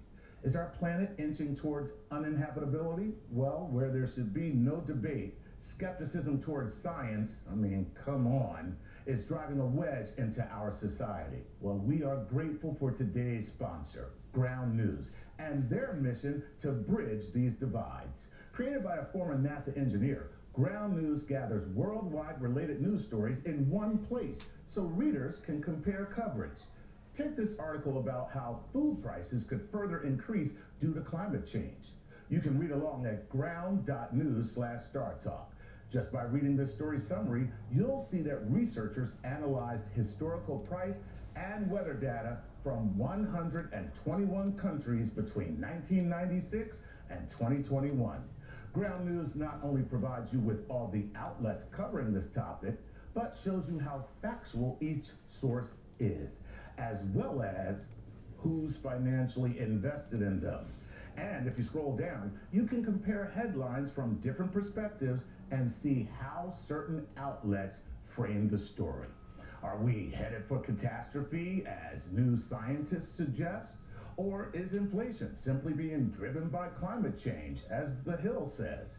If you want to be better informed about the potential bias in the news that you're consuming and get quick access to reliable information, make sure you subscribe to Ground News today at ground.news/StarTalk and receive 40% off their Vintage plan for unlimited access. That's ground.news/StarTalk. All right, let's get you back to the show. So we call it the Big Rip, and we do the calculations. That'll happen in 10 to the 22 years. Oh, wait. Way sooner. That's much sooner than 10 to the 100. Yes! It'll happen before the black holes evaporate. Oh, I'm very worried at this point now. That is disturbing. Okay. So long before the big freeze, the big rip will just go ahead and pull everything apart. It's still pretty cold by Right, then. yeah. I lay awake at night wondering what that would be. Because it rips, and what's in the rip? Yeah, what's there? I'm trying to figure out what's going to be left. Now, third and last, Okay. there's no data to support this next idea. Okay. There's nothing to tell us that we will ever recollapse. Okay. Because our expansion speed is greater than anything the collective gravity of all galaxies could possibly muster. Okay. To try to bring it back. Right. All right. So, but if something gets discovered that will slow down the expansion and then have us recollapse, then everything will happen sort of in reverse. The universe will get hotter and hotter and hotter. Right. Instead of cooler and cooler. Things will get more and more concentrated. And ultimately, we'd all come back to the same point. Same singularity. And they call that the big crunch. But that implies that things are like crackers. Right. If you take a physical cracker. down. But I think it's really the big squeeze. Ooh. To me, that's a more accurate term. The big squeeze. Now, the whole universe becomes the size of an atom again. And if you look at the quantum physics of this, once you're in the quantum realm, you can like tunnel. All bets are off. All bet you can tunnel. You can tunnel out. You can tunnel out. Yep. Okay? And all that energy and all that matter in one place. Right. There's only one thing it can do, and that's expand. Once again into another Big Bang. Big Bang. Big Bang number whatever. Right. These are scenarios, all of which will happen long after we're dead. Which is why I'm not going to worry about it. I'm just saying, the stuff that will kill us long before the network. Okay, we'll be running for the hills as the sea levels rise. Yes. Climate change. Right. The next virus where nobody wants to get vaccinated. Exactly. We'll kill all of them off. We're not making it out of the next century. Let alone have to worry about any of this. And you know what worries me most? Is ask anybody in the year 1900 what they fear the greatest, right, in terms of survival of our species. They'll say population, they'll say consumption, right? Tuberculosis. Yeah. They'll say things that aren't even on our list today. The stuff that's on our list, they didn't even know about that back. Think about They didn't even know that it was something to think about. So in the year 2100, I don't fear what we fear today. Yeah, people won't be worried about cancer. I fear what we don't yet know to worry. And I fear what we do know to worry, which is us. We doing awful shepherds of our own fate. There you go. Just we are terrible stewards of the future because we are terrible stewards of the present. Ooh. And that's what I fear. Ooh. All right. On that happy note, have a nice day. All right, these are the ways the world would end. With Neil and Chuck, the fireside chat. Sleep tight. Sleep well, people. Oh, God. That's all right. wonderful. This is yet another Star Talk Explainer video brought to you from my office. Yeah, the Hayden Planetarium right here at the American Museum of Natural History. Until next time, as always, keep looking up.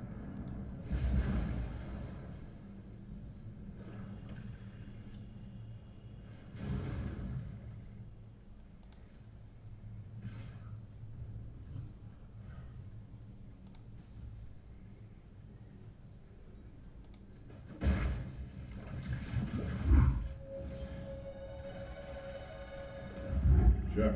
Yes. Hey, man. People have been talking about Earth's core lately. It's been in the news. It's been in the news. Yeah. Clearly it's slowing down or something, and now we have to wait for a scientist to get into a machine that will burrow to the center of the Earth. And when the machine gets stronger as the temperature goes up, right? You know. Okay. And they might as well have found what's the Wakanda metal? Oh, It's the same. vibranium. Vibranium. Yeah, it might as well just be vibranium. Yes, the latest news is that the core is slowing down. Right. And so that means we're going to have to go there and speed it back. Yeah, exactly. So let me just back up. I don't claim to be a geologist. Okay. And maybe we should do a whole show on this. Bring in one of my geology colleagues, geophysicist colleagues. But I know Earth is a planet, so let me speak of Earth the way an astrophysicist would speak of Earth. Okay. Right? So when planets form, they are not solid initially. Right. All right. They're first gaseous, and then with enough pressure, they might become liquid. But in any case, once a gravitational field is set up, then heavy things fall to the middle. Right. Because it's not solid yet. Okay? Heavy things fall to the middle. And of all the available ingredients that are just hanging around in the formation of a star system, you get things like, you know, hydrogen, oxygen, and silicon, and nitrogen, and carbon, and you keep going.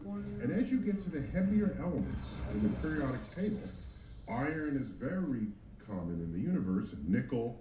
These ingredients are heavier than silicon and oxygen and carbon, so they fall to the middle. Okay. And what floats on the top are light things like rocks. Okay, there you go. We don't think of SiO2, silicon dioxide. That's a major active ingredient in rocks.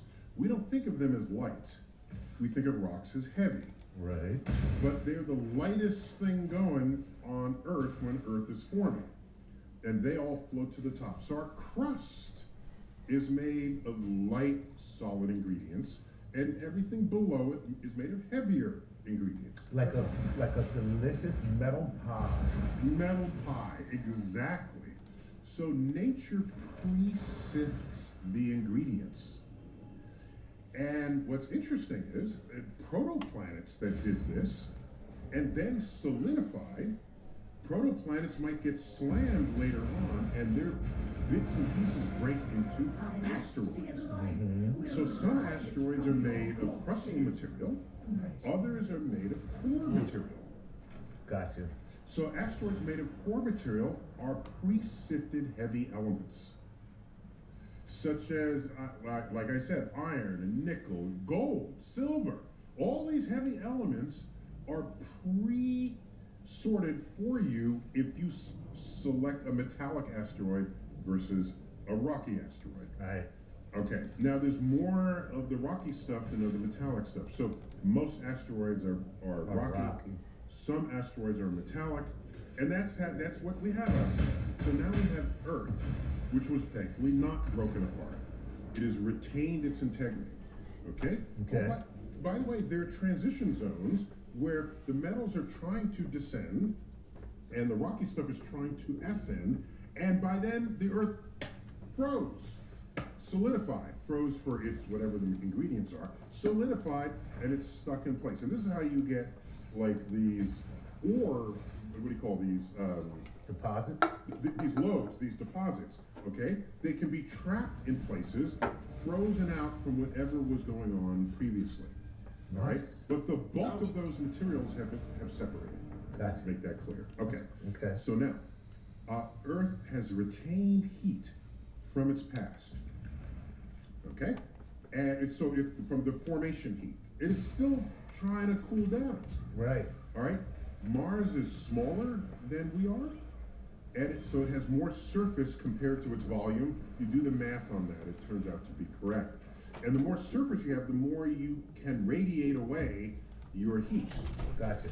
That's why small animals, mammals, have to eat way more food than larger This is looking at me right here. relative to their body weight, because they're radiating away their heat much faster. Because if you look at their surface area compared to their volume.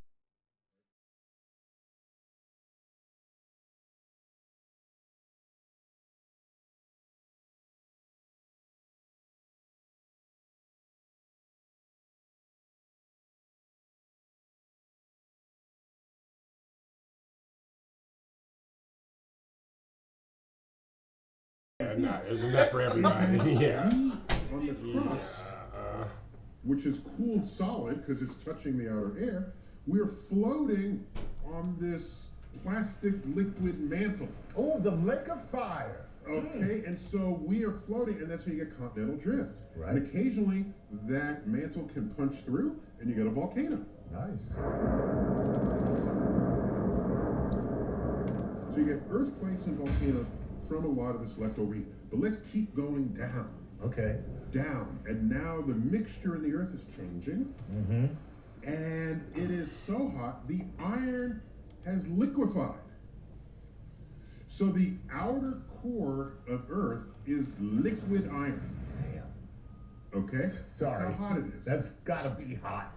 It's hot. It's about as hot as the sun's surface. Whoa. Yeah, about 10,000 degrees. You'll melt iron, okay? Take that, Dante. Hell hath no fury like Earth's core. How about That's that? right. All right. So now we have this liquid outer layer. Right. Okay. Well, why isn't it liquid all the way through? Because as you keep going further down, the pressure is so high that it's compactified into a solid. Look at that. Yes. So it's just as hot, but the pressure is so great, it will Yes. not allow it to melt. Yes. Oh my God! Yes. So you have a solid iron core center that's surrounded by a liquid core outer. Okay. This Whoa! means the solid core is kind of independent of the rest of the planet. Yes. Because it's only a liquid. It's like lubrication even. Yes. Think about it that way. Oh my God! It's like a lava lamp. Yes, Chuck, it's exactly like a lava. No, I forgot what lava these blog. Yeah, they got the blog. Rise and fall. Yeah. Right, Exactly. Okay. So how do you know all this? Like you've been to the center of the Earth? You kind of with our pressure waves. Yes. Oh. For every earthquake, once you find the epicenter, which is not too hard, you can triangulate on it. You then, as long as you have earthquake sensors scattered around the world, you can time how long it takes that signal to reach you. In so doing, you can infer the interior structure of the Earth, because different materials will transmit those waves at different rates than other materials. So the interior becomes the medium, and then you're measuring the wave as it moves through the medium, and that allows you to correct. Get the information. And you can learn if there are edges between sharp boundaries between one medium and another. Right. Occasionally, you can have a wave that reflects off of a surface. It's a very complex map that you make from all of these signals when they're done. And it's not just earthquakes. You know what else gives you these data? Underground nuclear tests. Oh, wow. And those are especially valuable, right, geophysically.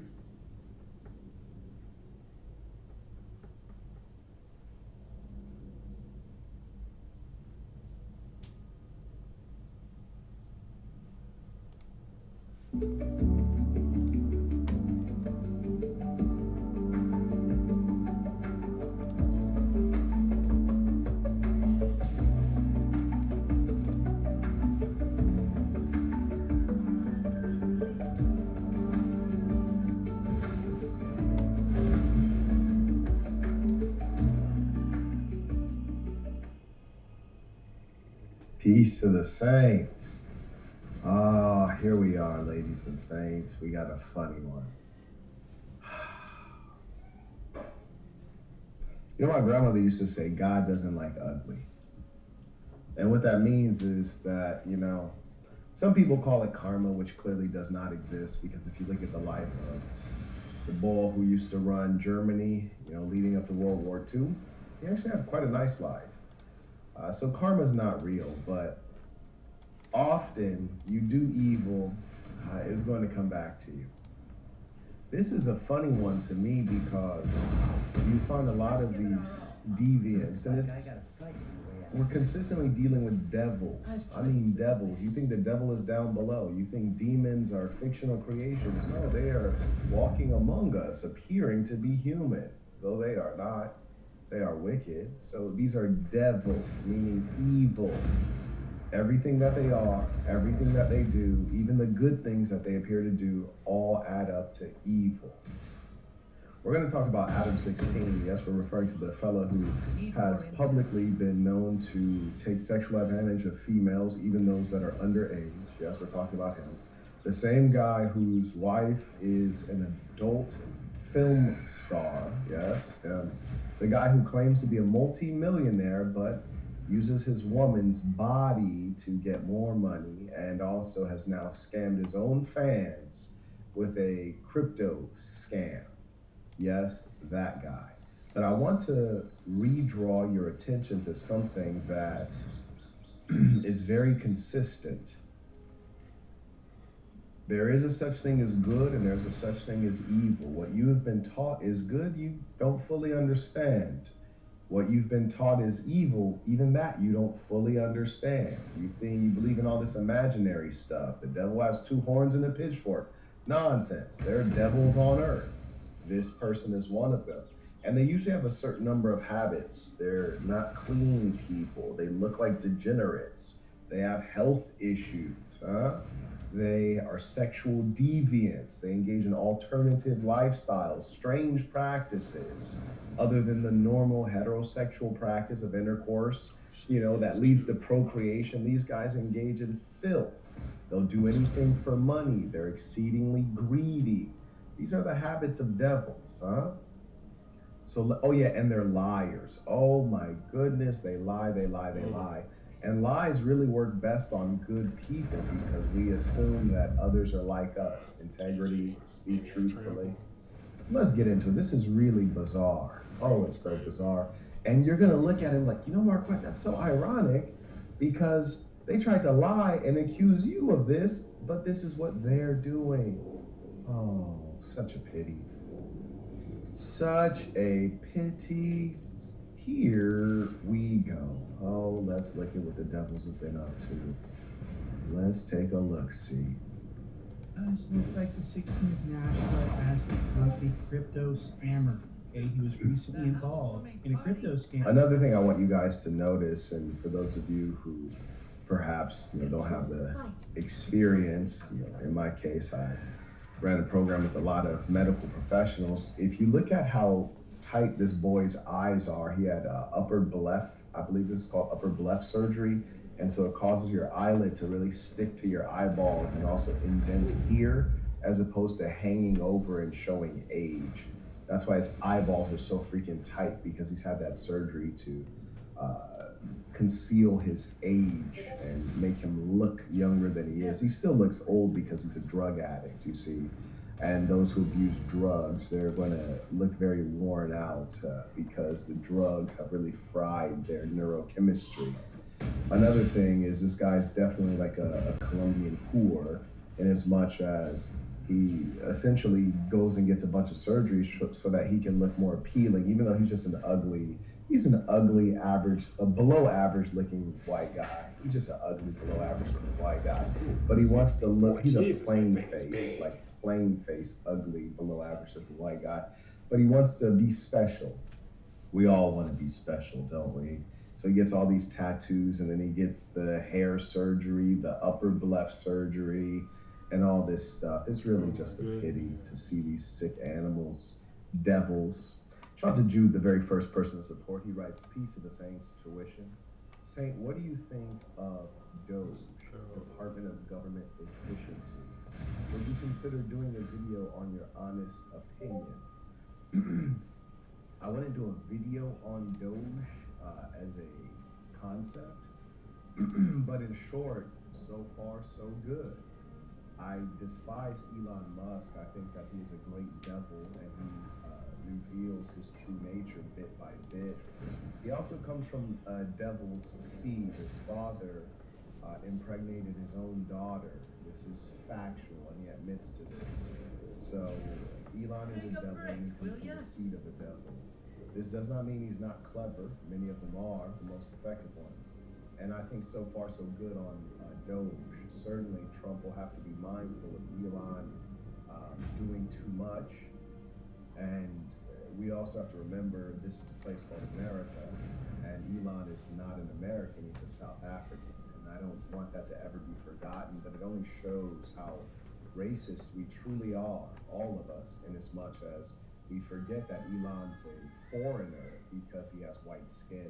Whereas if he was like, looks like Kash Patel, or if he looks like the Rama Salami guy, we constantly remember like, oh, he's not from here, he's from India. But being that he's white, we're like, oh yeah, he's American. But you know, we really got to remember he's not American, he's not one of us. I got generations in this thing, I got hundreds of years in this thing. So I don't want someone who showed up yesterday who's from a foreign country meddling in our affairs. Our foundational documents were written such that only an American could be president, a natural-born citizen. And he was not a natural-born citizen of this country, yet he's trying to really muscle his way into the presidency. Yes, indeed. Exactly, Jay Moore. Why would you impregnate your own daughter? That's supposed to be your family. It's filth. They're devils. They are utter devils.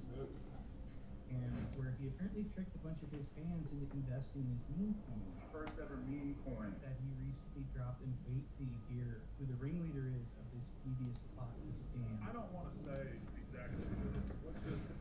Now here's the other funny thing about these devils. Number one, they're dishonest with you. And what they seek to do is they like to be the perpetrator. They always lie about who they are, lie about their goodness. That's big.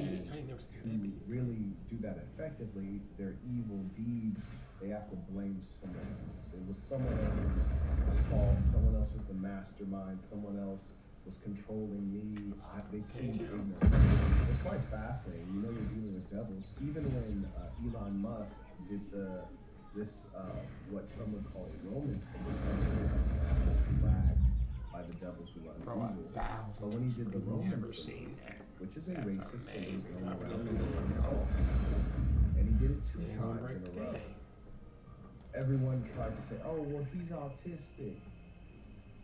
Be not too autistic to start up PayPal, one of the most innovative fintech solutions. Not too autistic to start up SpaceX. Not too autistic to create Tesla and build excellent bonds with government and get favors and tax breaks. But all of a sudden, when he's throwing up one of the most well-known racist, vile symbols in the world, all of a sudden he's autistic. All of a sudden he doesn't know what's going on.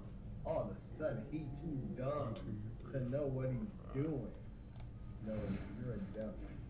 You are a devil. That misinterpretation is not a result of your intelligence or lack thereof, but rather it is a willful binding of you too are a devil, and you're protecting your kind. That's what that is.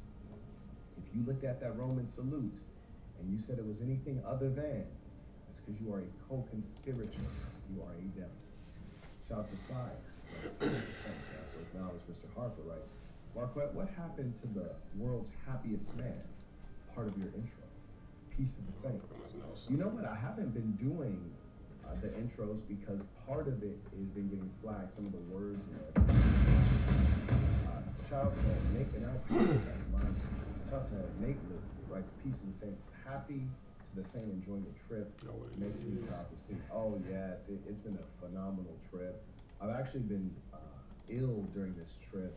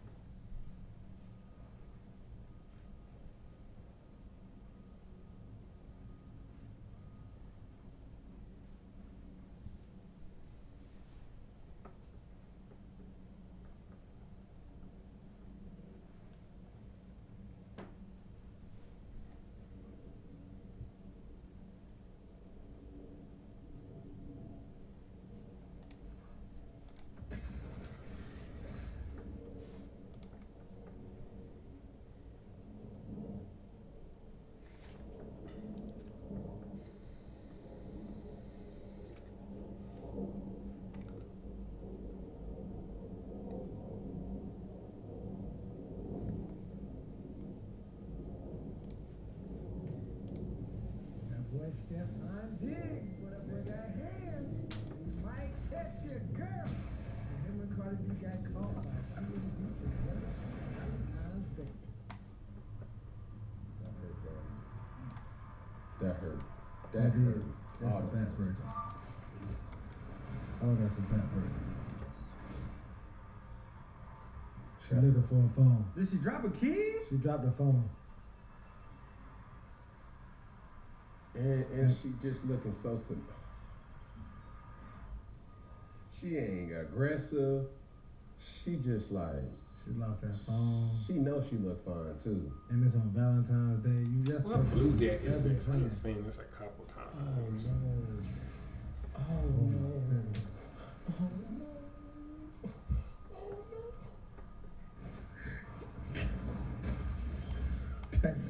Good motherfucker. Bro, let me tell y'all something. Yeah. That hurts. That hurt just seeing it. I feel for Offset. Bro. Even if you got another girl with it, it just don't mean Let's just. I feel for all Stephon Diggs chicks too. Cause his flex is Cardi B. Yeah. Cardi B's flex to her situation. Oh wow, I ain't never seen this. It's Stephon Diggs. That look nice. You got guaranteed money. Oh. Bruh. Bro, that's And they ain't hiding shit. They're never once be like, hey man, put the damn phone. They just like The speculations are true. Like, bruh. Fuck that. What the fuck they that boy stepped on dig. How you use your hands? Who can't catch your girl? And him and on Valentine's Day is even worse because it's like you playing that. You could have been anywhere in the world, but you decided to be here on Tell you Valentine's Day. something, bro. There ain't nobody that's separated after a Valentine's Day. Think about that, bro. They going home. No. They going to the crib. Take it back to the lair. Go to the crib. They going to the square. Oh my goodness. You know what the square is, Bree? Wow. I don't know however many beds you ever been in, but every bed that I ever been in was the shape of a square. They going straight to the square. Yeah. You dig them springs, that foam, that whatever the fuck they gonna end up in that square. But even like, what's the person that's dating a famous person? Fuck that, Peggy. We ain't. Yo, that's crazy. Fuck the pressure. What kind she of deck wanted is to this? smoke, and he wanted to smoke. And where there's smoke, there's motherfucking fire. You over here talking about dating. They ain't talking about. They trying to make a fire. Jesus is a fire. They trying to make a fire. They trying to rub some legs. They trying to run some motherfucking routes. They trying to do the fucking all-star fucking rundown right now. Shit, baby. Line that shit up. Line that mano y mano. Oh my goodness, bro. Shit. Oh, bump and run. Hey, bro. Come on, dog. Bro. The old bump and run. But that's a heartbreak. I ain't even hold you. I mean, not man. Listen, bruh, can I be vulnerable? Bro, talk to me. You had any exes, Peggy? Yes. Valentine's Every Day. man can relate to this. Bro, you just, bro. Listen, dog. You had any exes, Jimbo? Yes, sir. Right? Bro, VJ, you're married, right? Even your exes, right? If you see, it's natural If you to them see your ex. with another dude. No, it's not even that. They boxed up. Oh yeah. You man, it's the most pettiest, fulfilling thing is to look at somebody who they done moved on with and be like, That's you him. with him? Oh, you with her? You wasn't on my level, no. Yeah, I'll tell hello. I But was when definitely a man. when these two get together, God, it's like, ooh, damn. They like can they make a like the case. black Travis and Kelsey and old girl. And Swift. Taylor Swift. The black version of it. That's the new wave. That's the hey. That's a Kelsey and Swift. But Cardi B so fine. that could just be a stop. She can go somewhere else too. That could just be and a somebody stop. somebody go motherfucking Dig shake some. They gonna dig in there. They want a bubble run. Hey, I want that. Who that? Bro. Hey, bro, listen. That's just the facts. When you analyze the move on process and you start to find out, like, yo, hold on, who she with? Bro, that move on process. Microsoft just made a huge. Bro.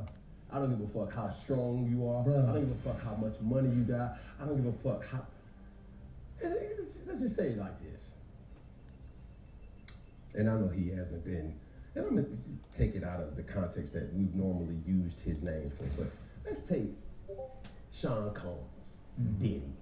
When Cassie moved on, gut wrenching. Gut wrenching. Oh, you serious? Oh yeah. What's up, big? Them big head texts, them inside jokes that ain't being responded to. You done hit You calling the that? Instagram. You done text and it said delivered and read. And you done hit the assistant. You done hit the support team, the cousin, the mama. And Yeah, that's a hitter, bro. You gut wrench. You ain't got it like you got it before. No, when she moved, listen. They say when a woman fed up, fuck that. But when anybody fed up, damn. Here we go, man. Next clip.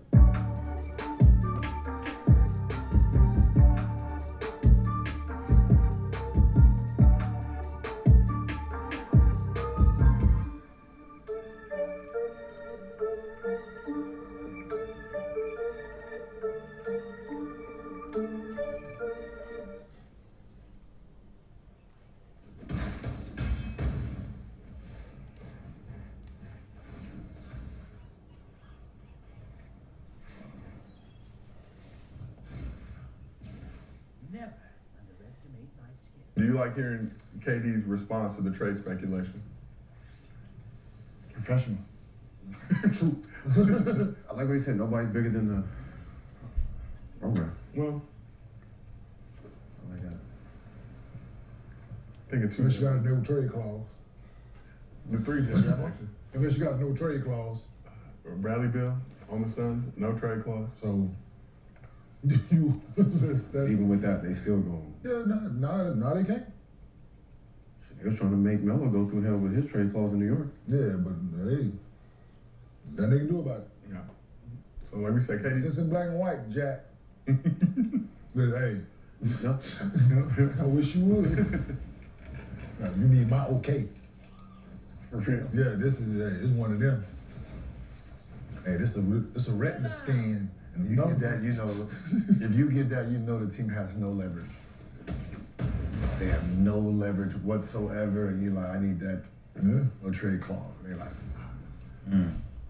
we can't, and there's nothing we can do.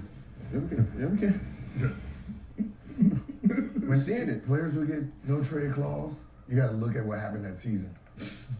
Right, to the player, right? No. So like when he got it, think about who was gone. John Wall got injured, so he's done.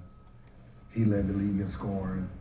They have no goddamn leverage. So whatever he asked for, they were like, Gotta do it. Gotta do. And that's why we was telling Jimmy to go out there motherfucking and play basketball and shut up and hoop, so you can have some leverage in this situation, right? Like this man, like there's nothing they could do. But nothing. Jimmy able to force his way out, get a 2-year, 100. Bradley Beal, like that's what I'm saying. Like it's we can sit there and everybody can speculate and talk what he's doing, what he's not doing, what he. That man over there, like man, I control my own destiny. I don't give a fuck what y'all talking about. Giannis could have got one after that championship. I'm surprised he doesn't. I'm really surprised he doesn't. Do we know if he do? You would have heard. Yeah, I don't think he does. We're gonna hear about it when they get ready to get traded. But I don't. Yeah, I'm surprised. Whenever they get ready to get traded, oh, he got a no trade clause. Yeah, I'm surprised he does not. I mean, his play, the way he played, I think he controls it. The way he played. But just No. Like, But if he ain't got one, then he has, like, they can do this, they can do the same thing to him that they just did to Luka. There were reports that And hours of the week morning, before Giannis to the Bucks were not having. hours of the week morning, pick the phone up like, hey, you want it? You know what I'm saying? And we done got what we need from him already. You want it? Do you think certain players should get a no trade clause? Like if you get a MVP or if you get a Finals MVP or something, it should it's your value. on your next. It's your value to the organization. It's your value to the organ in the league. In the league. Like Wemby. Hold on. Hold on. It's your value to the organization. Like, I think Kobe Bryant, when he was with the Lakers, I think when Kobe was with the Lakers, he deserved it. What was Bradley Beal's value to the league? No, I'm telling you, for his team. What was his value for his team? Didn't have nobody else. John Wall was gone. Why did they get rid of him? Who, John? No. Oh, Bradley Beal? Yes. Because he asked out. What kind of value was he to the team? He controlled his own destiny. So he had value. Like, he controlled whatever it was, right? So he had the value. He had whatever it was. He controlled it. Anybody average 30 a game should get enough. No, for that team in that city, any team. that's what they was looking for. They just lost their star. And Right. then he became the new star. They have no leverage. So it's like, yo, like for 2 years you was what? Like, so then you got that's rid what of it it. is, right? There wasn't no value. That's what it is, right? Do the relationship on some bounce, some get back shit. Don't know that you can end up putting a ring on the next one for no, like, it's that shit, right? No, we talking You about ain't saying she deserved it. Talking about the rarity of somebody getting this ring. But you ain't Somebody saying she getting this deserved it. promise thing. You know what I'm saying? No, He got it. like, you know, she ain't saying she deserved it, but Well, she was it's the based next on one. what y'all She was the saying. next thing up.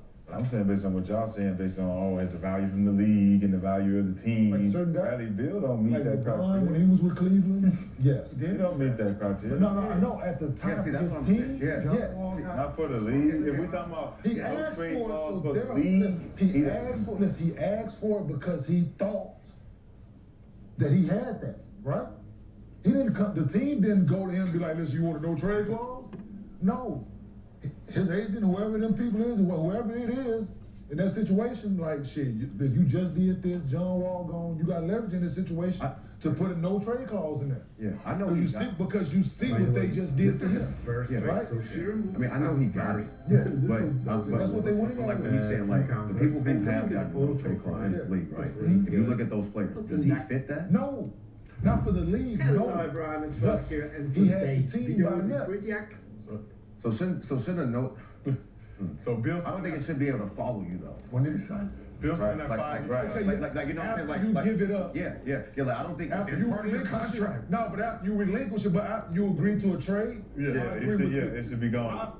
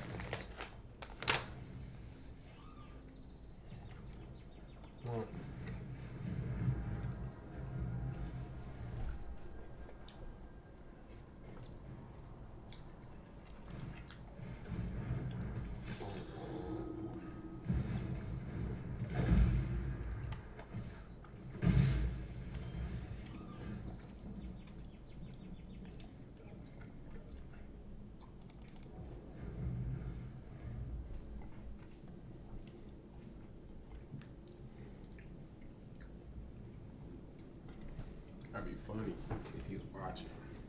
If he was watching, he wouldn't do this. Sure.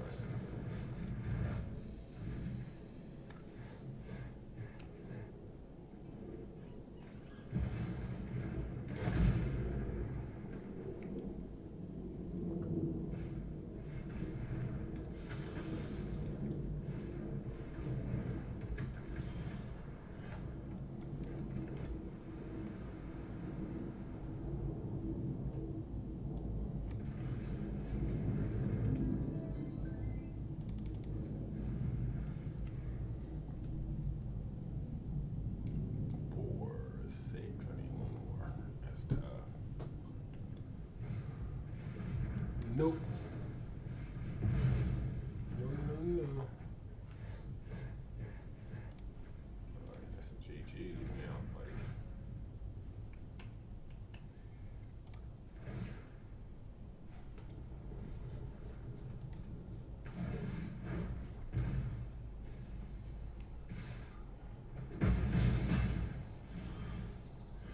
Oh, hitting that hard.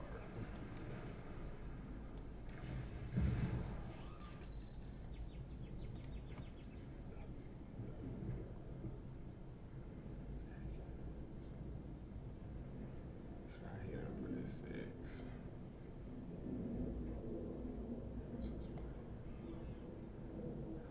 I ain't got nothing. Oh yeah, I do got a thing, so.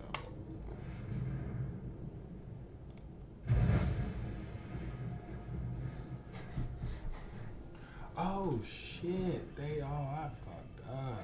That was dumb. I might have messed up. Lord have mercy.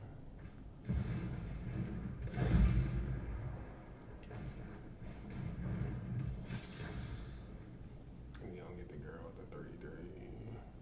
Oh, I took that other thing off that I lied. That actually was alright. So we gonna go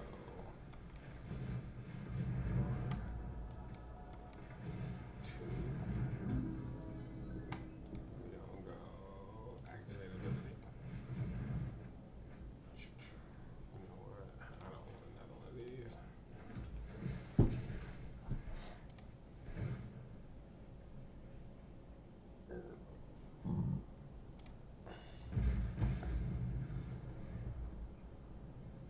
Yeah, he did. He got 9 next round. 9 of them. For sure.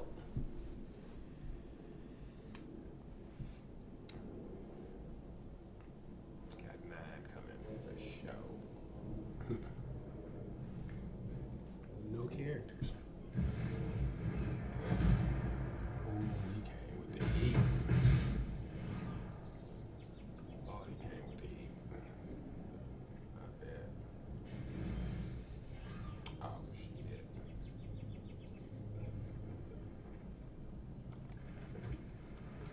Oh, I didn't mean to do that.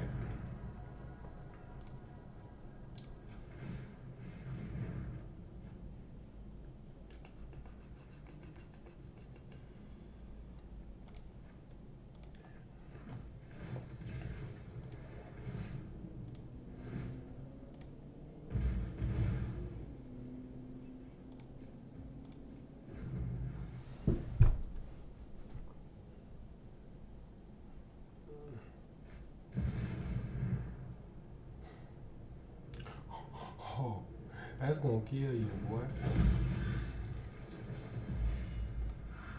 Son, that's a stupid. That's a dumb card. Redrawer.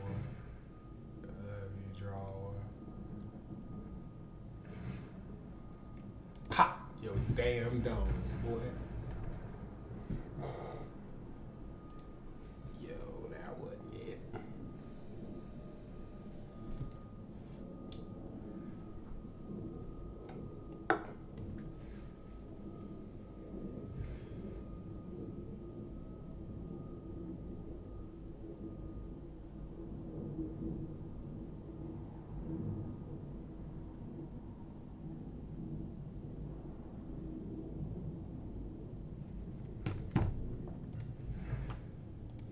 That's crazy. That shit went up while that was going on. That is insanity. Okay, this is good. I don't think I know how to play this one right.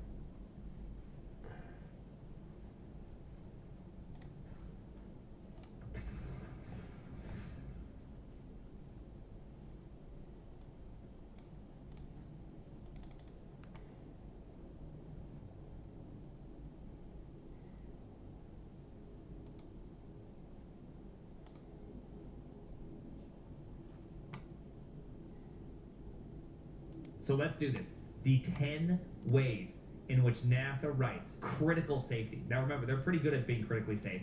Obviously the Voyager stuff is awesome. All right, most serious software projects use coding guidelines. These guidelines are meant to state what the ground rules are for software to be written, how it should be structured, and which language features should and should not be used. Curiously, there is little consequence on what a good coding standard is. Among the many that have been written, there are remarkably few patterns to discern, except that each new document tends to be longer than the one before it. Okay, that's pretty good. Dark mode, can you dark mode a PDF? I don't know how to dark mode a PDF, dog.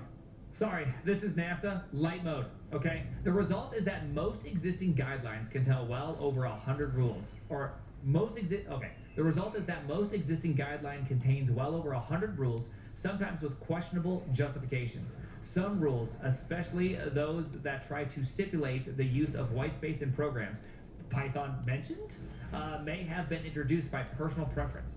Others are meant to prevent very specific and unlikely types of errors from earlier coding efforts within the same organization. Not surprisingly, the existing code guidelines tend to have little effect on what developers actually do when they write code. By the way, I'm loving whatever the start of this article is. Whatever NASA has cooked up, the start of this is amazing because it is so right that there is a lot of personal preferences that are written into code guidelines. The most dooming aspect of many of the guidelines is that they rarely allow for comprehensive tool-based compliance checks. Tool-based checks are important since it often infeasible to manually review the hundreds of thousands of lines of code that are written for larger projects. I love everything. I love everything that is currently being stated. Things should be rely on automation and tools, and it should have zero personal preference. Okay, things are looking good. Things are looking good. The benefit of existing coding guidelines is therefore often small, even for critical applications. A verifiable set of well-chosen coding rules could, however, make critical software components more thoroughly analyzable for properties that go beyond compliance with the set of rules itself. To be effective, though, the set of rules has to be small and must be clear enough that it can easily be understood and remembered. The rules will have to be specific enough that they can be checked mechanically. To put an easy upper bound on the number of rules for an effective guideline, I will argue that we can get significant benefit by restricting to no more than 10 rules. Such a small set, of course, cannot be all-encompassing, but it can give us a foothold to achieve measurable effects on software reliability and verifiability. Oh, this is sounding so good. I'm liking everything so far. To support strong checking, the rules are somewhat strict. One might say even draconian. The trade-off, though, should be clear. When it really counts, especially in the development of safety-critical code, so I should probably consider this for the bot I'm writing, right? For my Twitch bot / stream recommendation bot. Obviously, I should probably be considering these 10 rules because we need criticality in here, okay? I want verifiability to the max. I want the 10 commandments of programming, all right? Let's see. It may be worth going the extra mile and living within stricter limits than may be desirable. In return, we should be able to demonstrate more convincingly that critical software will work as intended. 10 rules for safety critical coding. The choice of the language for safety critical code is in itself a key consideration, but we will not debate it much here. At many organizations, JPL included, critical code is written in C. With its long history, there is extensive tool support for this language, including strong source code analyzers, logical model extractors, metric tools, debuggers, test support tools, and a choice of mature, stable compilers. For this reason, C is also the target of the majority of coding guidelines that have been deployed or developed. For fairly pragmatic reasons, then, our code rules primarily target C and attempt to optimize our ability to more thoroughly check the reliability of critical applications written in C. All right, you heard it here, people. I know there's a lot of soy devs out there right now, okay? A lot of you guys right now, that when you heard the fact that they used C and they used the word safety critical, you're just like, interns. Again, last time I checked, y'all don't have Voyager out there, okay? You're not GigaChads, okay? You're a bunch of script kiddies, LARPing as system engineers, okay? Shut up. Let's see what they have to say, okay? The following rules may provide a benefit, especially if the low number means that developers will actually adhere to them. Each rule is followed with a brief rationale for its inclusion. Rule 1. Restrict all code to very simple control flow constructs. Do not use go-to statements, set jump, or long jump constructs. And direct or indirect recursion. I don't know what indirect recursion means. Is indirect recursion just two functions that call back and forth to each other? Okay, so help me understand this one. How would you do something? Because this does happen. This has happened many, many a times, where you have a function that needs to go out and call another function that needs to go do something and do some sort of checking, and then come back through some means that you don't control, especially in languages that, like, if you don't have async await. I guess you just have to block the thread. Is that all it's asking? You just block the thread if you don't have async await, right? And you just sit there and you just block the thread and you just do this in a while loop. I'll have to think of the times that I use, because I technically use indirect recursion when doing reconnecting sockets. And what I mean by that is if I just open up, let's open up, socket, this one. There we go. So I have this reconnecting thing that will literally call a private reconnected that resets the state, then call a reconnect, and reconnect will go in here and then call connect. Connect, when it disconnects, will recall connect. So this is technically a form of I mean, I guess I could just put this in a while loop and then have an await. I wonder if that's simpler. Now you really got my brain thinking about this. It could just be an endless. You know, I kind of want to think more about that. Okay, I will think more about that. I will think more about that. Prime already broke rule 1. Well, indirect recursion is a very powerful infinite problem-solving mechanism. But I can try, right? I have absolutely no problem trying something, right? Rationale. Simple control flow translates into stronger capabilities for verification of often results in improved code clarity. I'd agree. It is a bit snaky to see that on a close, on a close we call reconnect. On a reconnect, we check to see if we're started. And then if we haven't done this, and then if we are connecting, we return. Like, there's a lot of these statements that all exist in ordering that kind of cause this problem to happen. So I can understand this. I can actually argue. I can see why this happens, right? Okay. The benefit of recursion is perhaps the biggest surprise here. Without recursion, though, we are guaranteed to have an acyclic function call graph, which can be exploited by code analyzers, and can directly help to prove that all executions that should be bounded are in fact bounded. Note that this rule does not require that all functions have a single point of return, although this is often simplifies control flow. There are enough cases, though, where an early return or an early error return is a simpler solution. That's actually, that's a very pragmatic argument for it. To be completely fair, this is a very pragmatic argument for why you shouldn't do this. And to also be completely fair, my teacher in my junior year or my senior year of college made us do, it was actually my sophomore year in college, made us do an AVL tree. If you're not familiar with AVL trees, it's a type of self-balancing binary search tree that uses rotations. There's like four different rotations, right? There's the long right, there's an RR, an LL, or an RL or an LR, and there's these different rotations that occur, and they're actually pretty fun to do. Here, I'll just write it really quickly for you. we'll call this here. I'm just gonna write it as A, B, C, right? So if you have a tree, if you have a binary tree that looks like this, then you want to reorganize it as B, A, C. And if you have a binary tree that looks like A, B, C, right? You reorganize this as A, B.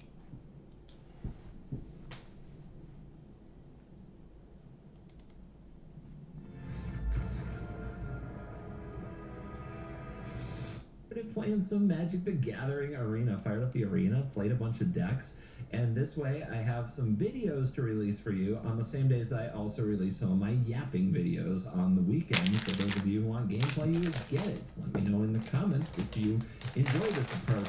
The biggest difference is when if you were looking for brand new cards in these videos, it's the middle of the night and I was just like, I just want to use my time, so I didn't build a deck. I was tired and not feeling creative, so I just looked around MTGO and some of the online leagues and grabbed some decks that looked interesting and tried them out in Best of One, and I'll share some of the highlights. This deck does not have a lot of new cards. This is a Caves deck. I don't think I've ever played anything quite like it on the channel before, and the idea, of course, is to get a lot of the Ixalan cave lands onto the battlefield because they all have really cool abilities. If you get a Forgotten Monument, you can make mana of any color, so we can be a 5-color Caves deck. If you have cards like Cavernous Maw and Echoing Deeps that can copy caves, these can become creatures, but really it's all about the white and green lands of the discovery, alright? Being able to use this to discover 4 off the hidden nursery or the hidden courtyard is what really gets the deck going, and getting to ramp out lots of caves and gain life using Splunking and Cosmium Confluence to go fetch 3 caves and eventually attack the opponents with caves is how the deck really does its thing. There's some really cool cards choices. The Thrun being indestructible lets it survive all of the board wipes that we have here, and by the way, there are a lot of board wipes. If you wanted to see creatures die, this deck is unique in how it makes so many creatures die. Behold Deadly Cover-Up, the Cave-In, Calamitous Cave-In, which is X damage each creature, and Planeswalker, where X is the number of caves you control, Day of Judgment, and Split Up. It also slows them down and gains life with Authority of the Consuls and Splunking. This deck hates creatures, and in the late game we use Festival of Embers like an Underworld Breach for an absurd 5 mana to cast instants and sorceries from our graveyard and cast and recast Doppelgang until our opponent just, well, they fold. That's what they do. They fold. So if you want to see a unique standard deck that doesn't use any of the brand new AETHERDRIFT cards, but still gives you some gameplay for the day and is a different kind of strategy from what I usually do, this video is probably for you. And if you enjoy videos like this, make sure that you leave me a comment, a like, and a subscribe on this video. And also check out the sponsors of this video, CoolStuffInc.com. Promo code CGB5 will get you a discount at checkout. And Dragon Shield. Use the link in the description and you'll get a little kickback. I get a little kickback when you use the link. Use the promo code CGB5 and you get a discount on your Dragon Shield sleeves. Thank you very much for the supporters of these videos. And by the way, there's a sideboard because this was played in a best of 3 event, which still blows my mind. And if you want to play best of 3 with a Caves deck, it's ready to go. Now let's dive in. Let the nonsense begin. And since I'm not putting an outro on these quick hitting videos that are here to feed your daily need for gameplay, I'm also going to say it right up front. You're cool.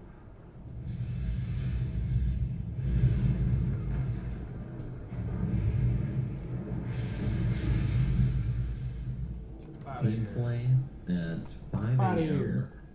Can't sleep. So you might hear me being extra quiet today. Get up out of here. That foolishness.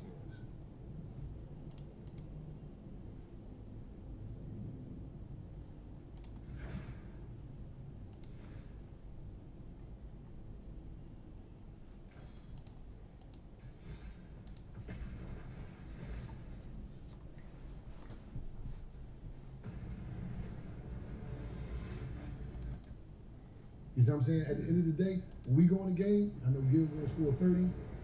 I'm gonna get a couple fouls. I'm gonna do what I'm gonna distract the people, and and I'm gonna do me on the field, on the court. You know what I mean? Yeah, So I know they beat y'all too. yeah, we beat the shit out of them. No, they're gonna beat y'all. You fucking crazy. You never listen.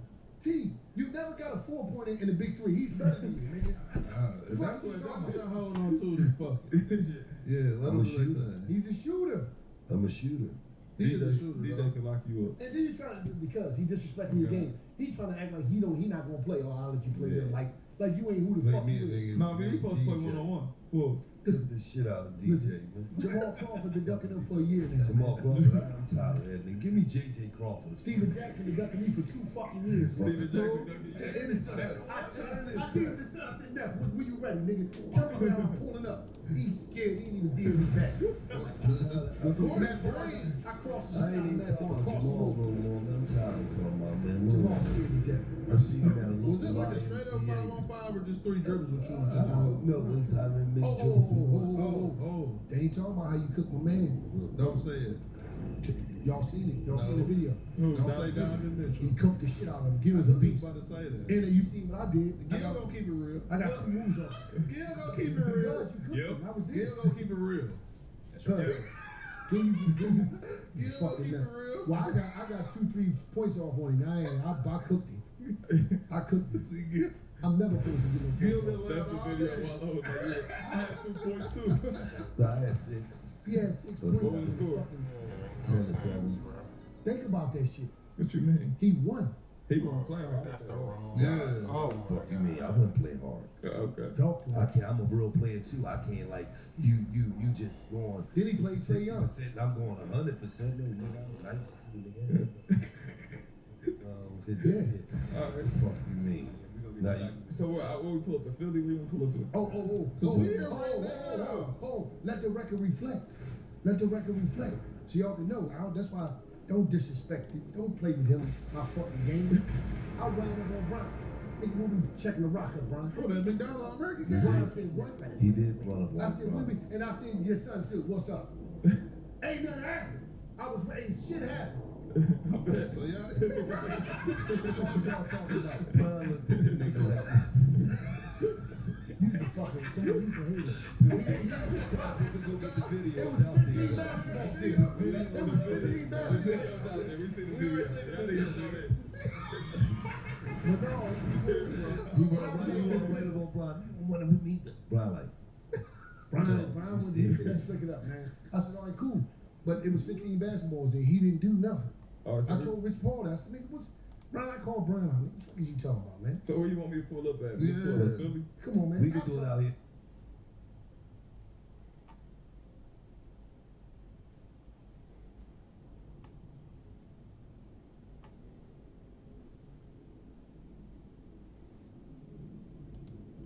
Guys, this is massive. Bybit, one of the biggest crypto exchanges on the planet, just got absolutely gutted. Over $1.4 billion in crypto gone in just one of the biggest hacks in recent history. Let that sink in. Billions wiped from an exchange claimed to be secure. And if you're thinking, oh, this is just another hack, it's no big deal. No. This is a direct shockwave to the entire crypto industry. Because if a giant like Bybit isn't safe, who is? If you don't know, Bybit is one of the largest crypto derivative exchanges, handling billions in daily volume. We're talking about a platform that millions of traders use to leverage their position, store assets, and trust with their hard-earned crypto. And today, that trust got absolutely nuked. This isn't just about Bybit, it's about the entire crypto ecosystem. The fallout from this hack could shake investor confidence, invite even more government overreach, and the worst of all, expose just how fragile centralized exchanges really are. So stick around, we're about to rip this open and expose exactly what happened, how it went down, and why this is a giant wake-up call for every single person in crypto. We're talking over $1.4 billion worth of Ethereum and related tokens vanishing from their so-called secure cold wallets. You know, the ones that are supposed to be almost immune to hacks? Yeah, that one. So let's break this down. This isn't some hot wallet breach where funds are sitting on exchanges connected to the internet. No, this was the multi-sig cold storage, the last line of defense, and yet somehow the hackers walked away with a bag so big it makes the Mt. Gox and FTX disasters look like warm-ups. And let me be clear, this wasn't just some random exploit. No, no, no. The attack was coordinated, deliberate, and brutally efficient. Whoever pulled this off didn't just find a vulnerability, they knew exactly where to strike. The stolen assets weren't some scattered altcoins either. We're talking about ETH, USDT, and other high-value tokens getting drained in real time. And you know what the scariest part is? No one even noticed it until it was too late. And you find me laughing, but I have a good idea after this. You better stick around. Bybit tried to contain the damage, but the market immediately responded. Panic set in, and traders starting pulling their funds en masse. And can you blame them? Absolutely not. There's a lot of PTSD going around, especially from FTX. When a platform that big takes a hit this hard, the #1 question is, who's next? And then, like clockwork, Bybit's CEO Ben Zhao rushed out a public statement claiming that all customer funds are back 1-to-1 and operations remain stable. Reminds me of last time the bear market happened. Oof. But you might say, oh really? $1.4 billion just disappeared and you're telling me everything is fine? Where's the money coming from, Ben? Then, in the ultimate we're totally not panicking moment, Bybit announced that they were securing loans to cover withdrawals. A loan for a company that has all their customer assets back 1-to-1 after a $1.4 billion breach? Are you seeing the cracks yet, guys? Here's the problem. Every time a major exchange gets hacked or takes a hit, the first thing they say is, we're fine, we're solvent, everything is covered. We saw it with FTX, we saw it with Luna, we saw it with literally every scaled exchange in history. They always say the same freaking thing, right up until they don't. And now, Bybit is scrambling to prove they're still solid as a rock. But actions speak louder than words, and their accounts, oh boy, they're about to expose everything. This loan tells us everything we need to know. Bybit got caught off guard. They didn't have an immediate safety net for an attack this big, and now they're patching the hole with borrowed money. And what happens when an exchange starts taking on debt to stay operational? Well, just ask FTX how that story ends.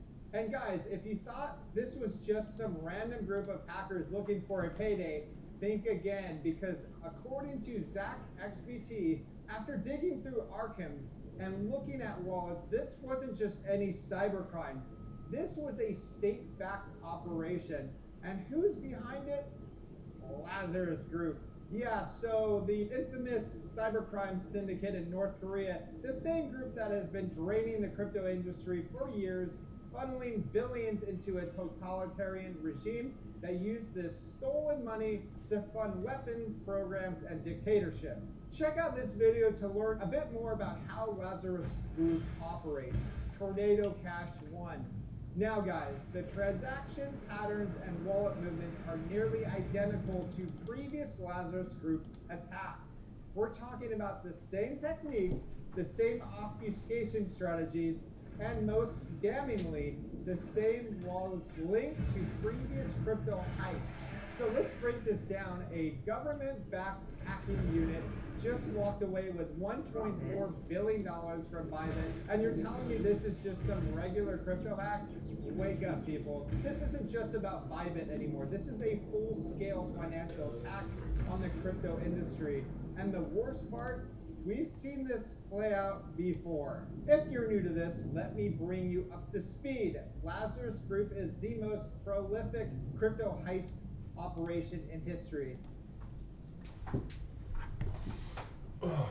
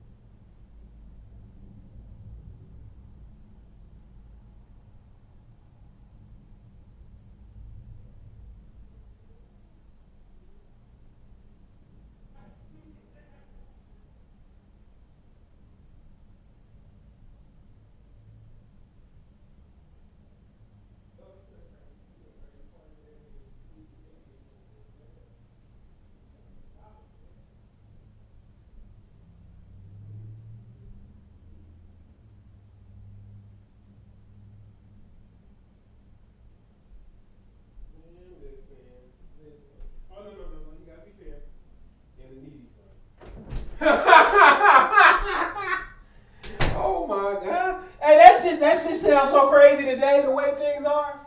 Niggas like, what? The needy? What the fuck is the needy fund?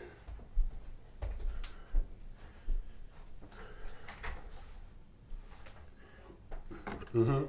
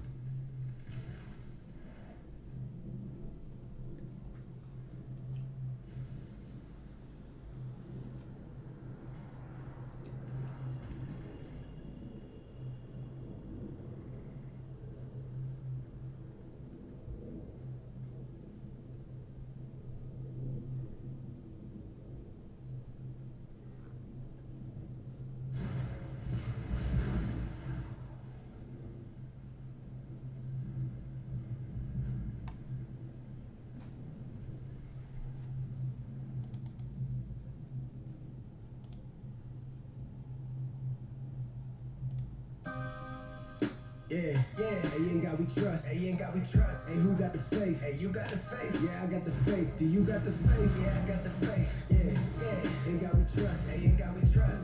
Keep that faith in your head high. Yeah, hey, ain't got we trust. What do you think? Hey, what do you think? I'm talking to money. I'm talking to God to be keeping me straight. He keeping me straight. Could be gone in the blink. Was living with nothing and no kitchen sink. Shower water came from tears and whenever it rained. Out of Dodge, living in a Dodge, and the only thing I had was faith. I was worried about the repo. I was living in a sinkhole. Looking at others and how they was living their life was a secret like Brink's Code of Victoria. We living in war times, but I always had with me the heart of a warrior. So I never quit. And I had to live in that deficit. Nothing's indefinite. So I picked up my head and I changed up my etiquette. Keep my faith high, it was evident. Not worried about physical, I'm still alive, that's the evidence. He built me up, so I'm never breaking down easy like sediment. I'm relaxed as a sedative. Is you learning your lesson yet? This right here is my testament. I keep my head and I keep my head high. When I'm feeling down, I stare at the dance. I stare at the dance, yeah. I keep my side right beside me.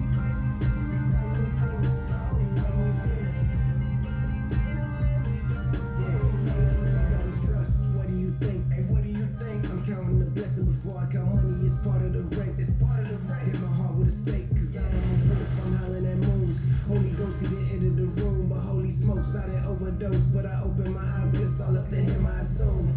I done made it through some situations. Upstairs, made it out the basement. All I needed was the very basic. See it clear, never needed LASIK. But now I didn't open my eyes, my iris is oversized. So I see through them open lies. When they open their mouths and the locusts all go inside. No way you can hide. The devil alive, and I swear that he really be telling lies. Told me raise up that 9 in my head, pull that trigger real slow. Now you really see open minds. Can you coincide? The feeling I get when I stop me from blowing, I know it's God. And not in my mind and my soul, I was strong. I rely on my faith and it never dies. Yeah, it never dies. Yeah, I keep my head and I keep my head high. Yeah, when I'm feeling down, I stare at the dance. I stare at the dance. Yeah, I keep my side right beside me.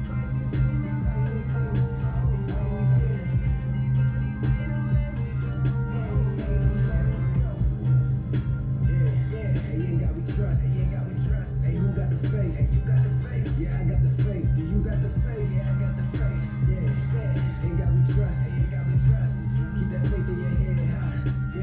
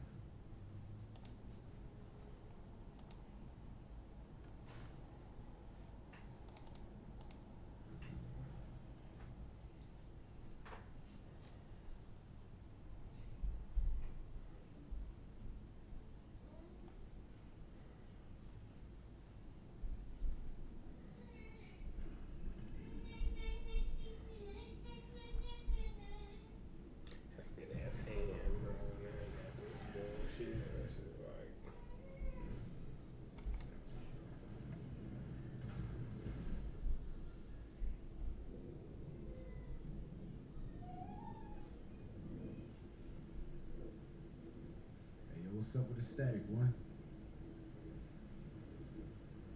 There you go. Hey, turn me up a little bit. Yeah. I got some sinister ways, dealing with sinister things. Ray-Ban frames, keeping the top of my aim. I feel drained, running from money and fame.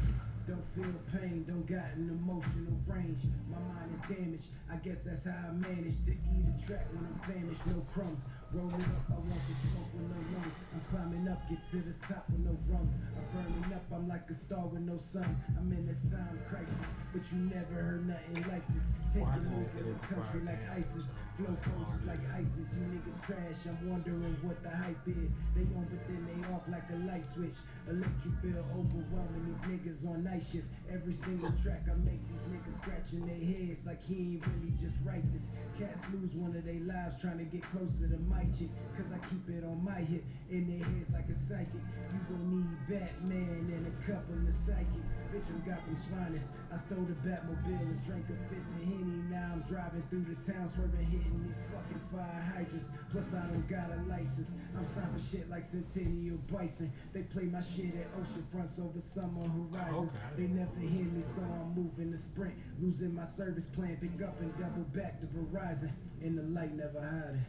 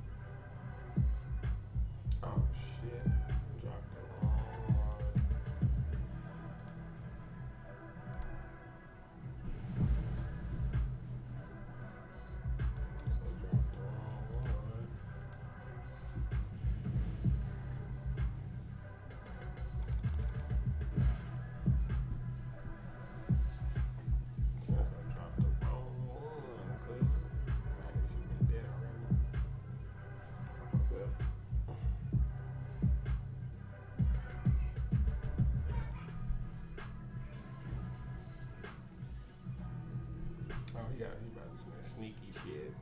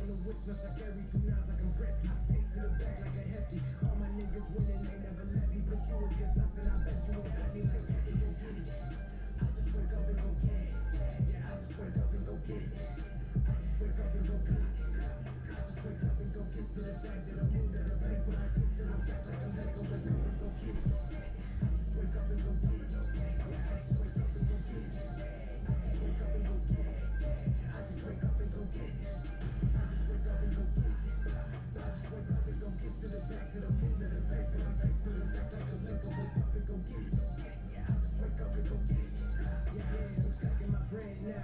She say I ain't think, but she giving me head now. Your bank account, that's a letdown. You was hating on me, ain't forgetting now. Talking shit, niggas set down. For the boys coming, you get set down. AK, get you wet down. Can't touch a nigga, but I'm tough now. Yeah, I'm going in and I'm showing out. Pockets heavy, they poking out. Like Kim K, when she poke it out. I'm trying to see what that's all about. Fuck out of here, these throwaways. Got problems, hate nigga, go away. Trash can get thrown away. Now you hiding out like a stowaway. Pay attention to this. It's episode 3 like Revenge of the Sith. They throwing the shade, but I'm making a miss. I'm better than niggas, I'm making a list. My diamonds is yellow, I'm making them piss. My presence a blessing, she say I'm a gift. Yeah, and I put that on the dead presidents.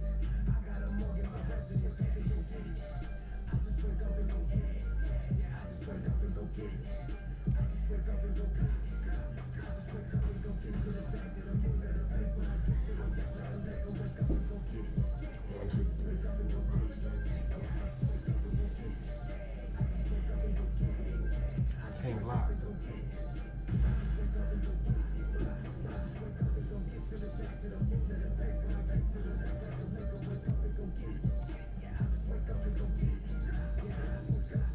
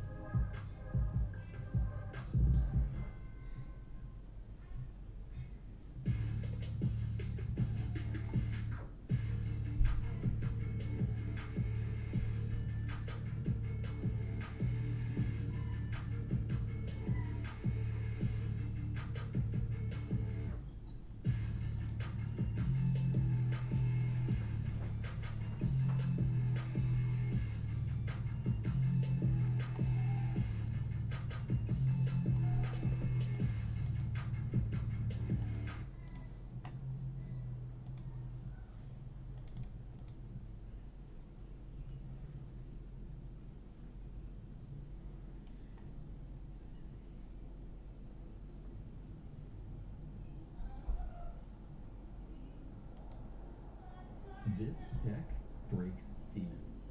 According to CoverGo, I haven't tried it out myself. We're going to try it together live in top 1% ranked Mythic Standard. No edits, no cut games, and we're going to see how this deck actually does.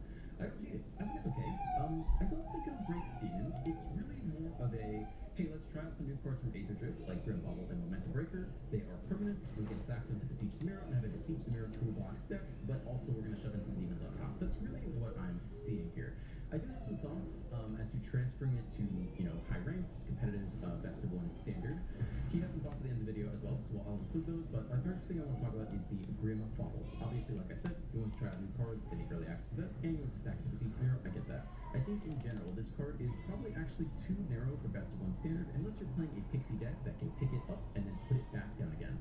The reason is not because it's at sorcery speed, so you think you might lose some value against mono red. I don't really keep that part. Often I end up using cut down on my own turn just to guarantee something dies and I don't get blown out by Monstrous Rage. The problem is in the mirror. You're really going to suffer playing Grim Bubble as opposed to cut down, and the reason for that is the Unstoppable Slasher. All of your mono black opponents are going to be running 4 of these, and if you all of the times you would have had cut down in hand, instead you had Grim Bubble and you can't kill this thing, even to just take off pressure, you're going to feel that. That's going to be a huge blow against you. So I am down on the Grim Bubble in this deck, although it does have a home in the Pixies deck where you can pick it up, put it back down, and harass it for a time.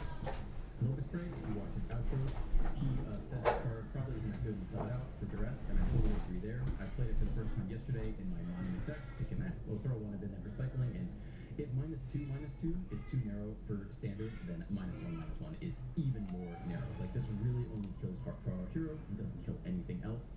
If it was instant speed, -2/-2 is cycling 1, I think I'd give that, I think that would be cut down a run for its money. Like, being able to cycle it in every dead matchup and kill a lot of things, but maybe not the slasher, I think it would be worth trying. Maybe even just strictly better than cut down. But as it stands, this card is not good, and I agree with his point there, and he said he put in 1 duress instead. So we'll make that change now and give it a fair shot. 2-drop slot, go for the throat is good. Momentum Breaker is a very good card in general. We'll have to see how it does with the Speed Demon. My own lived experience with the Speed Demon during the early axe event was, you think you want speed? The truth is, you can't handle the speed. Like, I was doing it slightly different. I was running 4 copies of Murugana Raceway on 1, and then running Deep Cap and Bat on 2 to get that speed cooking. And by the time I dropped the Speed Demon, I was losing 4 life per turn. I was like, dude, I thought I wanted this. I don't want this. Like, so we'll see how the Momentum Breaker does. I'm not actually sure you want to start speed with the Speed Demon. It may be more optimal to have no speed starter at all and just take the single card draw that slowly ramps up over time. I think that's totally fine. There will be some board states where dropping the demon will just impale you repeatedly until you die. And the thing that's supposed to combat that is Sheldred. In this case, we have roughly 5 copies of Sheldred in the deck. Like, really, we have 2. We have 5 chances to draw into them. But the thing is, if there are no other creatures in the 1-drop, or the 2-drop, or the 3-drop slot, and you slam Sheldred, what do you think's in your opponent's hand?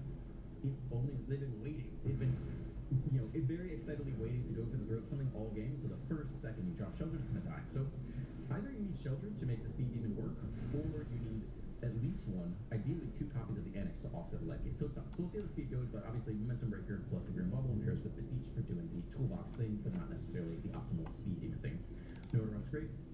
Mace Mind Tome, I probably wouldn't run 3. I really like only running 1 of these max. I think in my video going to rank 2 Mythic with Demir Demons, I had exactly 1 of these in there. It's really clunky in multiple sight. Like, even if you already have 1 down, let's say turn 4, you have 4 mana open. You play the second Mace Mind Tome, now you got 2 of them. But you can only pay 2 more mana to draw a single card. You can scry out the other one, but it's really hard to get lots of value out of multiple of these things unless you're really into the scries. So I'm down for 1 copy, but I probably wouldn't run more than that. Obviously, again, we're trying to pull off the Besiege thing, but I would definitely cut 1 of these and put in another run. And in his outro, he says he'd probably cut 1 of these for more duress, so I'm going to go ahead and cut 1 of these my tome and put in an extra copy of duress. Malicious Eclipse, I think is sweet. It is a fetchable sweeper off of Besiege Samira. I love that. Rankle's Prank, also effectively a fetchable sweeper off Besiege Samira. You can have each player stack 2 creatures plus some other stuff. Could be very good. Blade on the Void, so Graveyard Hate that's fetchable. Ancient Vendetta, very cool card from AETHERDRIFT. You can just pick something out of your opponent's deck that you think is relevant and just exile all of them. I think that's very cool tech off Besiege Samira. In general, I think toolbox decks are super fun, so I'm excited to try this out. 5-drop slot. So this is the reason why this won't break demons. There are 2 reasons. The first is that this deck already has 4 5-drops built into it. The Unholy Annex comes stapled with a 5-drop 6/6 for free attached to your 3-drop. This is why you don't need the 5-drops. You already have it built into the deck. And so really, since your win con is just so good by itself, the deck around demons should really just be structured to survive as much as possible up to that point. Play all the duresses to get rid of your opponent's annexes, play all the removal spells to not die early, and then you basically just win for free if you get to that point. So having extra 5-drops in your opening hand is really going to punish you because you already have 4 of them in the deck. You actually don't need any more. So that's reason 1 we basically know without playing the deck that this won't break demons and probably won't make it better because we don't actually need more 5-drops in this deck. We just have to survive because our win cons are so good as is. The second reason is ask yourself how many 5-drop creatures are played in standard. Knight Errant, very good 5-drop, actually played on 3. All the Overlords are 5-drops, but really they're all played on 3. I feel like there's one more I'm forgetting, but oh yeah, the Unholy Annex is a 5-drop, but really it's played on 3. So the only 5-drop creatures in Standard that are played are actually 3-drops. And so like the base case, like this is a 5-drop that exists in Standard and is never played. It is a 5-mana 5/5 flying first strike. At the end of your upkeep, you exile 2 cards. You can play both of them. If you exile a land card, you get a free dinosaur. If you exile a non-land card, you get a free treasure. It's like 4 cards in 1. Granted, it's on upkeep and not end step, so none of these have any battlefield effects, but end step is a lot closer to an ETB, and that if your opponent is tapped out and you slam the speed demon, you are guaranteed that first trigger, whereas your Bone Horde Dragosaur might get picked off the next turn. So fair, like there are points to that. But the fact that this card exists in Standard and is like generating 4 extra cards per turn and it's not played at all should give you a hint as to like what does it look like for a 5-drop creature we played in Standard. The bar is really high. So I cut it out the speed demon bit. We'll try it out, and we have some extra 5-drops here as well. Deadly Cover Up, very sweet sweeper. Gix's Command, very sweet sweeper. But I'm concerned at the number of 5-drops in the deck, given that we already have 4 of them built into the chamber. Mana base looks good. I really like running 25 lands. Since your 3-drop is so good, it's just essential to hit that turn 3 land on time. It says it draws you extra cards, like you can eventually escape Mana Flood type situations with enough card draw. So I prefer 25 lands to 24 in general running this style of deck. Here we go. We're going to try it out live. No cuts, no edits. If we win every game, so be it. If we crush it every game, then that's what the video is. Let's make it happen. I'm excited for the toolbox though. I really love toolbox decks, so this will be fun. And I like the 2 sweepers that he has in there. I think all that's going to be very fun.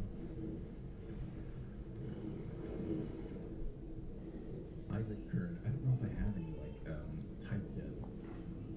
Rolling Drugs is better for the Grim Bubble. This card's a lot worse on the play because it just sits in your hand and then you have nothing. And then turn 2 you have 2 mana, so you're not incentivized to play it. Here we go. Oh my gosh, let's submit. We'll see if we're up against a graveyard deck. Maybe we'll scoop on turn 1. Oh, let's go. Alright, this is busted. CGB's deck is busted. Guaranteed. Guaranteed. The one of. Alright, let's go. I'm feeling it. This breaks demons. This is definitely a broken demon deck. Oh, you have to think they're omniscience, right? Or like the random dinosaur reanimator you sometimes see. Alright, I stand corrected. This breaks demons. Yeah, Grim Bubble's a lot less good on the play. I'm sorry, yeah, on the play. Because they don't have it down yet. So it doesn't fit as clean as your curve as being to respond immediately with cut down. Alright, well, I'm gonna play again. Looks good. We can sack Nowhere to Run to Beseech. And yeah, I don't know what we need yet, but it's looking super clean. It's goblins. I think we can wait, yeah. I don't think we need to do anything here. Don't even know if they play Monstrous Rage. Discard 2 cards and draw that many cards.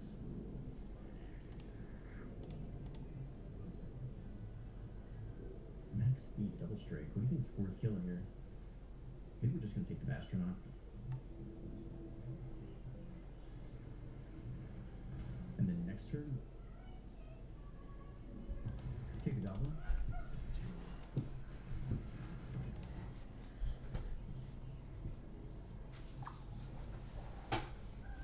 We could wait 1 more turn, see if we can add a little extra value. Which I think I like here. Let's see if we can get a 2 toughness creature. 3 toughness. Let's go ahead and zap you. We might Beseech into a Sheltered here and just hold off to the Eclipse because they're going to have a whole lot of goblins eventually. That's what he wants. I think just Beseeching into Sheltered is going to be really good. Reckless Prank, Sheltered. Yeah, I think Sheltered will clown them. Organ?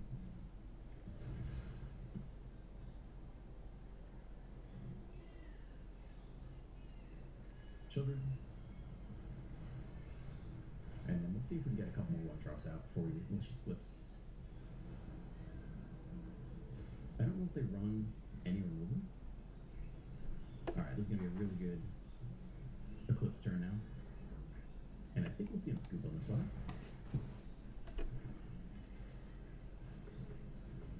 One mana open. I guess they could retorch the tower, but you could block the Firebrand for free, right? And then it'll 4 damage for one mana. But the 3, just making sure we don't miss anything with the new cards. I think they're good. I think they just want the combo trigger. And there's a chance the last card is Switch Tower. I think we're good to take this block though. Speed up to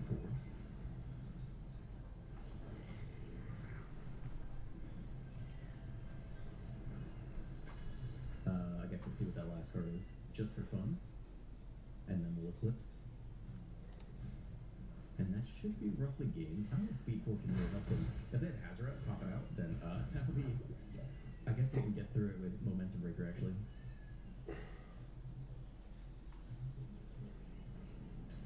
He does have Torch the Tower. We did call it. That is crazy annoying, because we actually can't Eclipse here. But good thing we did that first. I guess we're just chilling then. I don't know if we need to burn the bottle here. Discard 2 cards and draw that many cards. I mean, good thing we called that. I think we eat the damage and Eclipse next turn. Oh shit! I couldn't even hit him. I was dumb. Precisely what we were worried about. Good thing we did not Eclipse first. I was not expecting that, so the duress ahead of time was good. We'll drop discard action. Wide already. Land. They only have a Monket Raceway left, so Auto Tapper could have screwed them here. Which means we get a free block wherever he wants. Yeah, he's like, he touched the land, he's like, ah, crap. Fuck me over. I feel that. So does he throw away a creature, get the 1/1? That's what he's thinking. Like he could attack with both and double. So we get the freebie here.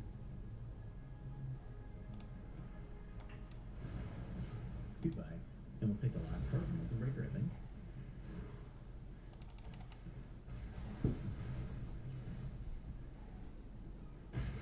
Yeah, I mean, Dribble will probably kills a lot of stuff too. Could see the scoop. Speed going up. That's a nice creature to kill. I think we'll hit him for 2 here. Just cause. It'll up our speed, and we can obviously, you know, if they have a crazy counterattack, we can sack the breaker to gain like we really need to. Okay. Do that towards the tower. I did not I mean, I don't know what deck, I've never, let's see, played this deck myself yet, and I don't know what people are running in it. But that torch was exactly what we needed to avoid. Opponent thinking about the scoop. Draw up to 9. Get the scoop. Alright, so far this is breaking demons. I have to admit, we are breaking demons with this deck. Let's go again. That torch you. We'll see what comments you guys got in the meantime too. Pro Tour is this weekend. If you want to check out the spicy decks people are building. Dude, thank you for the heads up. I mentioned this before. It's one thing I don't really do well as a content creator. I don't follow the pro stuff that much. I should, because it's such a free video. Like, this deck won the tour. It's like such a good thumbnail that you get for free, and I should be doing it every time. And I just like, I don't know how to follow it. So this is actually a very relevant heads up. Opponent goes first. We're on the draw. Yeah, I mean, we'll definitely keep this. It's a classic mono black hand. The Scavenger. The Blanix. What other colors we got? Red. Challenger. It's old school Boros. That's good. Alright, so the question is, do we kill the Challenger now? Or do we wait for them to Shard Mage Rescue? I mean, we're really punished. I think we're not gonna... I think we're gonna see if we can, if they don't have it. Right, there are only 4 copies of the deck. There's no guarantee they have it. This, I always forget, this is when it enters and when it dies. When it enters, draw a card. Okay. I'm down to try to kill it now. They have sticks, they have it here. Which is too bad. So it's a toss-up. And the Maze Tomb are sitting in our hand early. It's not good in this matchup. to the face. I like that.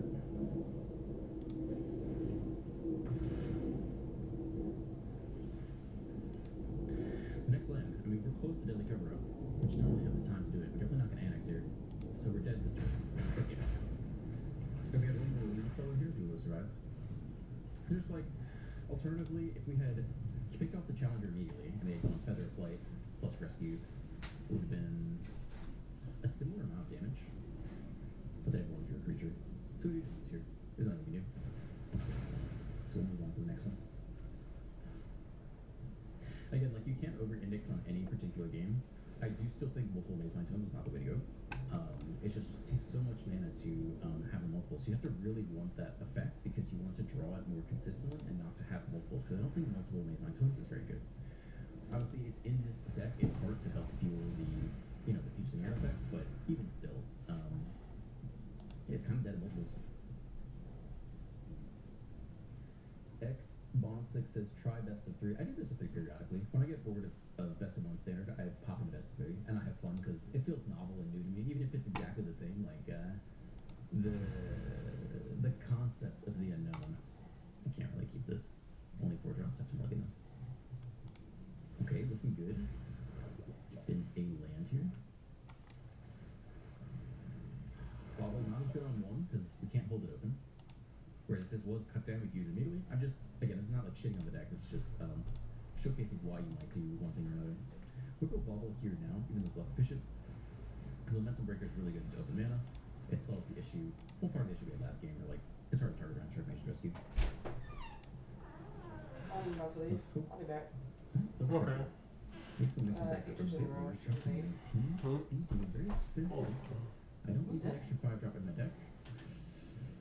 I mean, Momentum Breaker doesn't really get much better. We can sack the Bobble. You talking about here? Which is good. Yeah. Black Couples Revolution. We could strive a bit longer to go with speed in the next turn. Momentum Breaker, they just sack the pressure cushion. It's like, I don't know if it's slow it down. I think this strive might be better here. So go sack the green Bobble. Plus, we maybe scare them off for, you know, going crazy. And we don't have to hold full control because the Bobble will do that. Okay, they're gonna try to take the Bobble here. That's actually okay. We'll get it back at some point.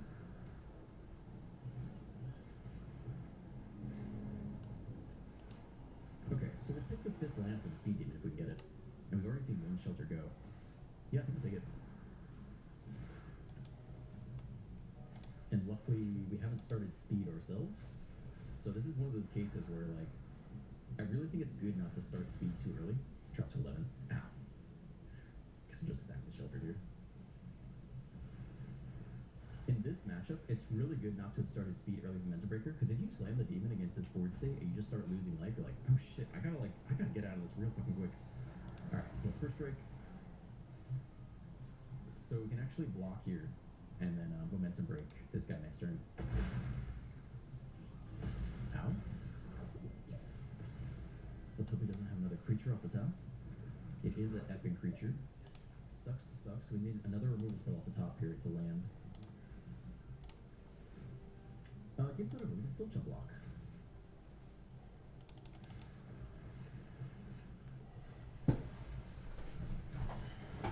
It's getting close, but it's not over. Alright, net up 1 life there. It's another land. Opponent at 32. They have the next shelter. Must be nice. We still block here. We're not dead yet. Very close though.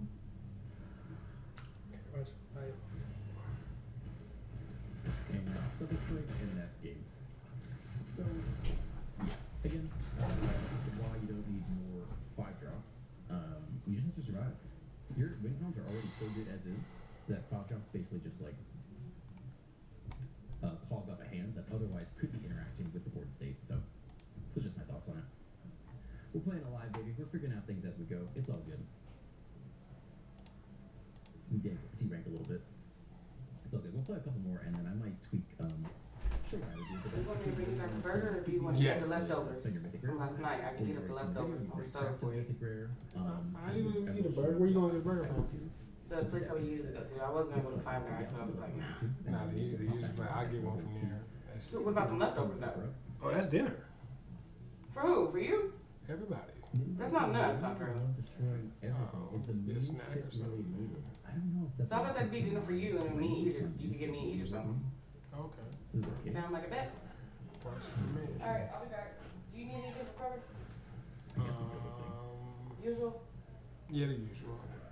I get to see about this deck. I was not high on it in my set review. But apparently there are Merfolk in standard. I don't even know what Merfolk are in standard. He's playing Simic Merfolk. Alright, let's see what's going on in this hand. Give me the beats. Drowner flashing. Oh my gosh, what does this thing do? Legendary creature Merfolk Scout 2/3 whenever a creature you control explores. A land card. You put a land card from your hand onto the battlefield. Tap whenever a creature you control explores a non-land with +1 counter. Alright, so it's explore, tribal. Oh, the Drowners is a Merfolk. Okay. Well, here comes the flash. I didn't realize this thing was a Merfolk. I thought it was like a lizard.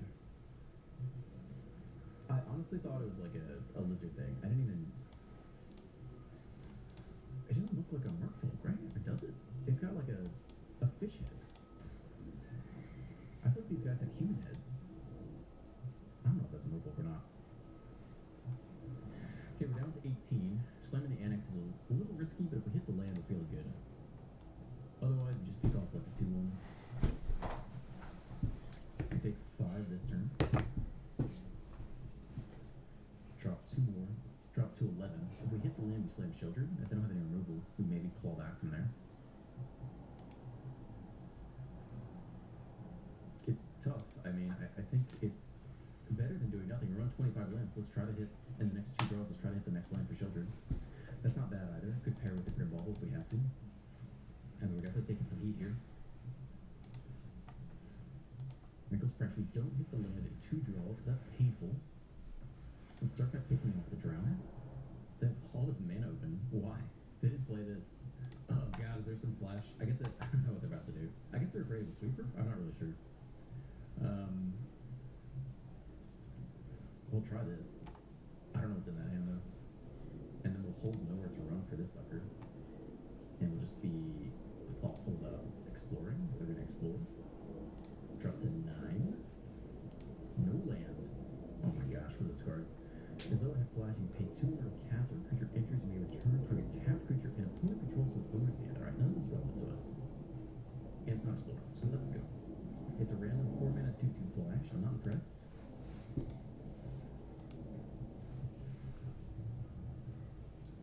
Okay, let's try to pick this thing off. See if we can hit our freaking 4th land Children. And 6. It's another Merfolk. They can exhaust it next turn maybe for a while. Let's see. They exhaust for X = 3. Draw 3 cards for +1 counter on each Merfolk. Seems pretty good. We have the perfect answer. I was we in. haven't hit land. I mean, we Shout out to absolutely Sporty Face though, Yeah. but that's, you know what I'm saying? We ain't gonna get into the politics and everything. Hey, listen, Dad. I'm always I'm talking to the real one. I'm gonna answer your questions wholeheartedly. I'm not trying to spark up no gang wars or nothing, you know what I'm saying? We pushing peace. Okay. We pushing positive though. For sure. You know what I'm saying? In a real way though. Okay. So what I will say is though, I was in a prison riot with Sporty Face, 4 extras cousin though. You know what I'm saying? What I will say, I didn't witness firsthand Sporty Face getting down. You know what I'm saying? You know what I'm saying? I didn't witness firsthand Sporty Face getting down. You know what I'm saying? Not tucking his tail or nothing. You know what I'm saying? But we are not trying to shed light on the tribalism. Because that's what gangbanging is. Tribalism in a real way. We want to shed light on the hard-working black man, Aaron the plumber. You know what I'm saying? Even though I was a participant of the lifestyle, Aaron the plumber gonna get up, you know what I'm saying, at 5 o'clock in the morning and install a 40-gallon water heater. And then pull up on some gang members, you know what I'm saying, and be able to converse and act accordingly with the lifestyle, you know what I'm saying? We not pushing nothing negative, you know what I'm saying? We trying to push positivity in a real way though. Yo, speak on that prison riot though. Okay, so how did it start and like what was it? Okay, in a prison riot, we was locked up in Eloy. Okay. You know what I'm saying? So I got my homie, you wanna tell him where you from? You know what I'm saying? But prior to the lifestyle. Yeah, you know, shit, nigga, you know what I mean, nigga, We was niggas was gang banging. We was gang banging. Oh, blood. Okay. Yeah, Damos. You know what I'm saying? Okay, so where I was at in Red Rock, it was two different sides of the yard. It was 1,000 men on one side and it was 1,000 men on one side. Okay. Now, the side Spody Face, 4 Extra Cousin was on, you know what I'm saying? It was mostly Crips. Okay. Now, the side that I was on, it was Crips and it was Bloods. Okay. But it was mostly Power Roots. So I didn't gravitated towards the Looters Parks, you feel me, in a real way. And you feel me, they showed me how to work out. They taught me a multitude of good things, discipline that I carried on with my life. Spody Face was on the other side of the yard with the Crips. For the most part, he was one of the top hats over there. Yeah. He was active, he was doing his little thing on that side of the yard. You feel me? Yeah. No. But like, how did the actual riot happen? Okay, so how the riot happened was some of the homies from Compton Crip, they was on that side of the yard. Now, in Arizona, right? One thing we were trying to do is we're trying to keep the gangbanging stuff to the minimum. Absolutely. Because we're in somebody else's backyard. Okay, so when you in somebody else's backyard, for instance, in Arizona, as a black man, if we get into it with the white man, the Indians, the Mexicans, the Hindus, you know what I'm saying? Everybody backstage play. It's everybody versus the Negros. Absolutely. You know what I'm saying? Yeah. In a real way, I'm just gonna call a spade a spade. You feel me? It's everybody versus the niggas. You feel me? So we keeping the gang banging to the minimum, and we pushing California. You know what I'm saying? Even the Arizona dudes is against us for the most part. So how the riot transpired was, I believe 2 Mexicans had jumped a brother, you know what I'm saying, and Spody Face and some of the homies from Compton Crip kicked it off on their side of the yard, and that shit trickled down to the other side of our yard, you know what I'm saying? We started getting busy. So and a 2,000 man riot. So blacks versus Mexicans? No, not it's versus Mexican, versus everybody. White boys, you know what I'm saying? Arabs. Everybody versus niggas. Damn. The same way in the book of Exodus, man. Versus the Mexicans, the Usos, the white boys, everybody. I ain't gonna lie, I had to get your ass whooped, right? Cause hell no. We niggas told that motherfucker. Come on, man. Told that motherfucker. Like the nigga 4 Extra say, like 4 Extra say, off the back.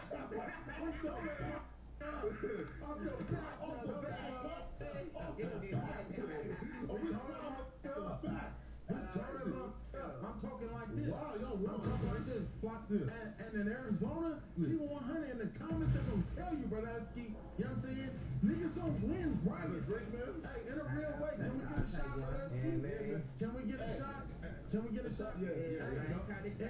In Arizona, right? Flacco, in Arizona, niggas don't win riots. Because we outnumbered. Nigga, you gotta be a hog. Nigga, we whooping niggas' asses. Niggas want to know how I'm swole, right? Niggas be like, oh, Aaron the Plumber's on steroids. Yes. Right? Aaron the Plumber. No, nigga, we whoop niggas' asses for not working out. That's why I say by the grace of God, it was a blessing that I went to prison. Because I educated myself, you know what I'm saying, about financial literacy, about black history, you know what I'm saying, about everything. Got my mind right, my body right, my spirituality right. So if I could go back in time, I wouldn't take shit back, man. Man, that's good. Here, man. So look, bro. In a real way. Yeah, man. Flacco, we're gonna let you pull it up though. Everybody, can we bless the bottle though? Yeah, we're gonna bless the bottle. We're poetic Flacco and no chocolate, man. You know what I'm saying? In a real way though, man. Hey, man. Hey, I don't even drink. But today, I don't drink a real tea. In a real way. In a real way. Got to, man. Feel me? I gotta pull up with Flacco though, man. It's a blessing to be You here, know what I man. mean? Cause I don't drink either, bro. Word? Yeah, I don't drink either. Yeah. I mean, Hey, I be social drinking though, man. In a real way though, but my Brodowski don't drink. But it's an occasion. It's one hell of an occasion, man. My Brodowski. You know what I'm saying? In a real way, revenue, ransom, and very handsome with poetic Flacco, man. Flacco love though, man. You know what I'm saying? No Diddy though, man. But listen, man. Peace and prosperity. In a real way though. real shit. Hey, Adam, come in here, Bradesky. Man, look You know at what I'm that. saying? Oh. Adam, come in here, Bradesky. God damn. In a real way. That's a strong shot. I'm not expecting that. Y'all might put some hair on my chest. I ain't down in the whole shot. Oh, no, hell no. If y'all did that, y'all tripping, Bradesky. No, that, well, listen, man. Yeah. Now, the question I first want to know, Okay. man, what did you do to make them niggas so mad they shot you up 6 times?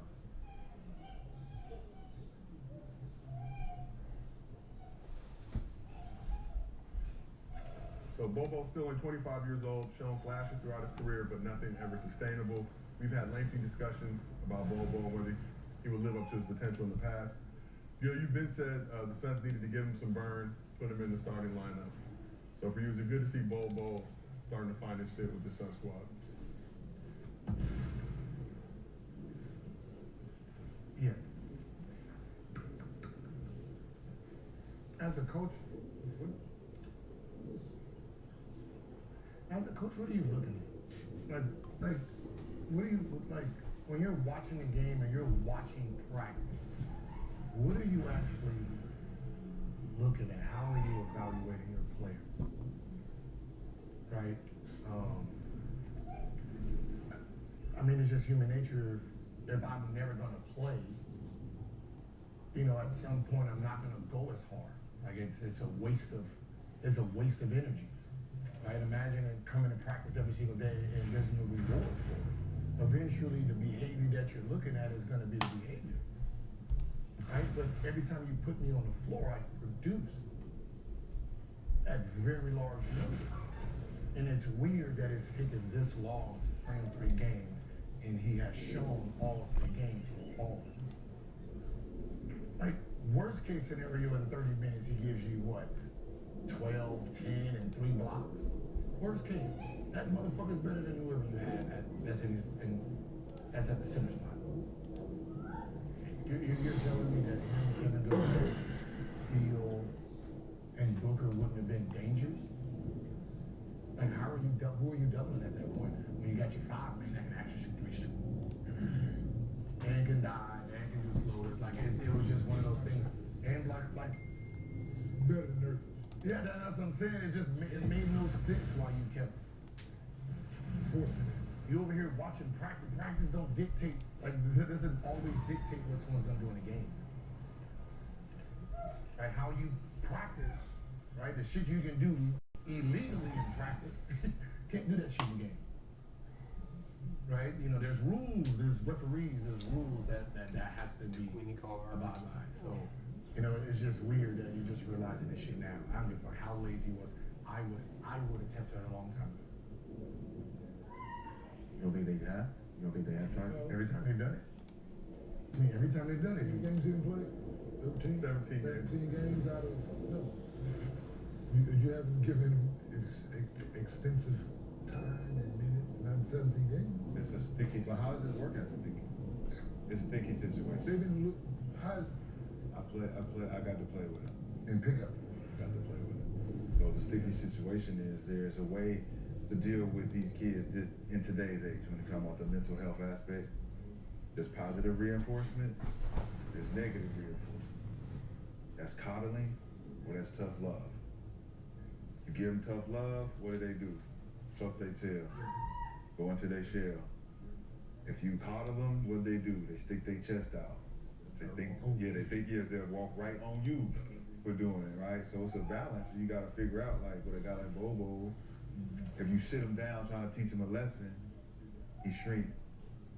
You give him out there, let him do what he want, he do too much. He shoot off a bunch of threes, he do a bunch of shit you don't want him to do, don't need him to do. So it's the teaching. All that, yeah. He turned into Wemby, you know what I'm saying? Like, I could do that shit. So it's teaching, bro. It's trying to mitigate positive reinforcement, negative reinforcement. The whole psychology of the game. We talk about 90% mental, 10% physical. That's the part. Like, Bobo is stuck in that limbo of what the fuck do I do when the coach ain't sitting me and we finally traded motherfucker and I get to play now because you need me. Because you need me. But the pressure on me now. Now I gotta perform because you're giving me the opportunity. So that's where you gotta be a pro at the end of the day. Yeah. No, the talent ain't never been the question. That's for damn sure. Just need the opportunity, man. Need some. Yeah, I just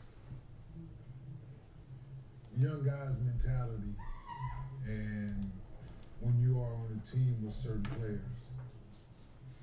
We said it with Jordan Poole, we can say it with Bobo, like he was on the team with Nicola, right?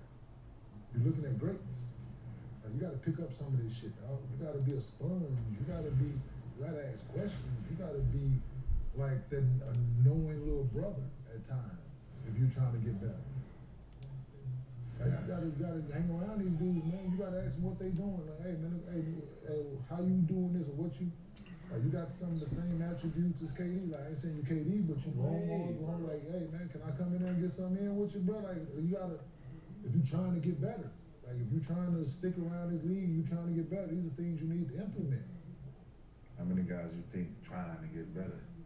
You know, it take balls to ask a motherfucker, hey, come on, young guys? Yeah, the young guys. Oh, yeah. It's brave. You need bravery to be like, yo, but it's also want to. Like, if you come from a place where you're like, I want to be the best, I'm gonna go ask him. I'm gonna go ask you. I'm gonna be like, hey man, how you did that? I want to know. Put that in my game. But that's just the student mindset, though. Like, I know who a student is. Like, you can see it, and then you can see the guys who like booby minded, and they just go out there and throw the ball up and just do what they do, and it's a difference when the dog show up, though. Dog show up, motherfuckers start running. What we gonna do now? Yeah, no, you just gotta, man. Yeah, but why not? My thing is, whatever we've been doing as a unit, it ain't been working. I've been starting Eric, I've been starting Nick Richards, I've been starting this guy, I've been doing, it ain't working, right? We ain't winning. I gotta play Devin Booker. I gotta play Kevin Durant. I gotta play Bradley Beal.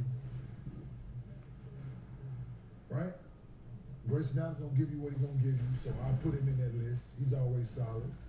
Tyus Jones, he's solid at his position. So those guys have earned their, right? But these other guys, well, what are we doing here, right? Let's try to get better. Let's about winning. Let's about winning and losing. Like you got a championship, dude, as a coach. Coach like it. Right? Show up and coach like it, bro. Like, you gotta look at that shit, man. Like, I get it. Oh, he this, he that, my kind of. All right, cool. You're still on your roster. Right. Use them. Right. It be that shit. Like, that's like, but you still got them on your fucking team, bro. Still there. Don't ignore the fact that you got them. Like, use them. Is he lazy in the game? Yeah. Let's leave. Dude, so I just go back. I go back to my situation, right? We all know the relationship I had with Dude and Denver, right? We all know it. You thought that got in the way of him? His wins? And what he had to prepare game plan? No. I started every fucking game I gotta use him. Right? Can you guard him? How you want to guard him? How you want to guard this? Like, all right, he coaching this thing, like, that ain't got nothing to do with our relationship, how he feel about me. He said it after the fact, but while we in real time, you think he let whatever his feelings was towards me, Melo, JR, like all us getting well, no. He was like, shit, I need these wins, shit. We trying to win. This is about winning. Man. Right? It ain't about nothing. It's about who gonna put us in the best chance to be successful at this motherfucker. Somebody's saying, man, I don't know, coach. I don't know we can put him in. Because it ain't just the coach. It's somebody saying something to him. That'd be the biggest contradiction sometimes, too. Yeah. When a coach says he's about winning, and then he pulls, he'll bench you for some shit, not start you. Yeah. Oh, you're not about winning. You about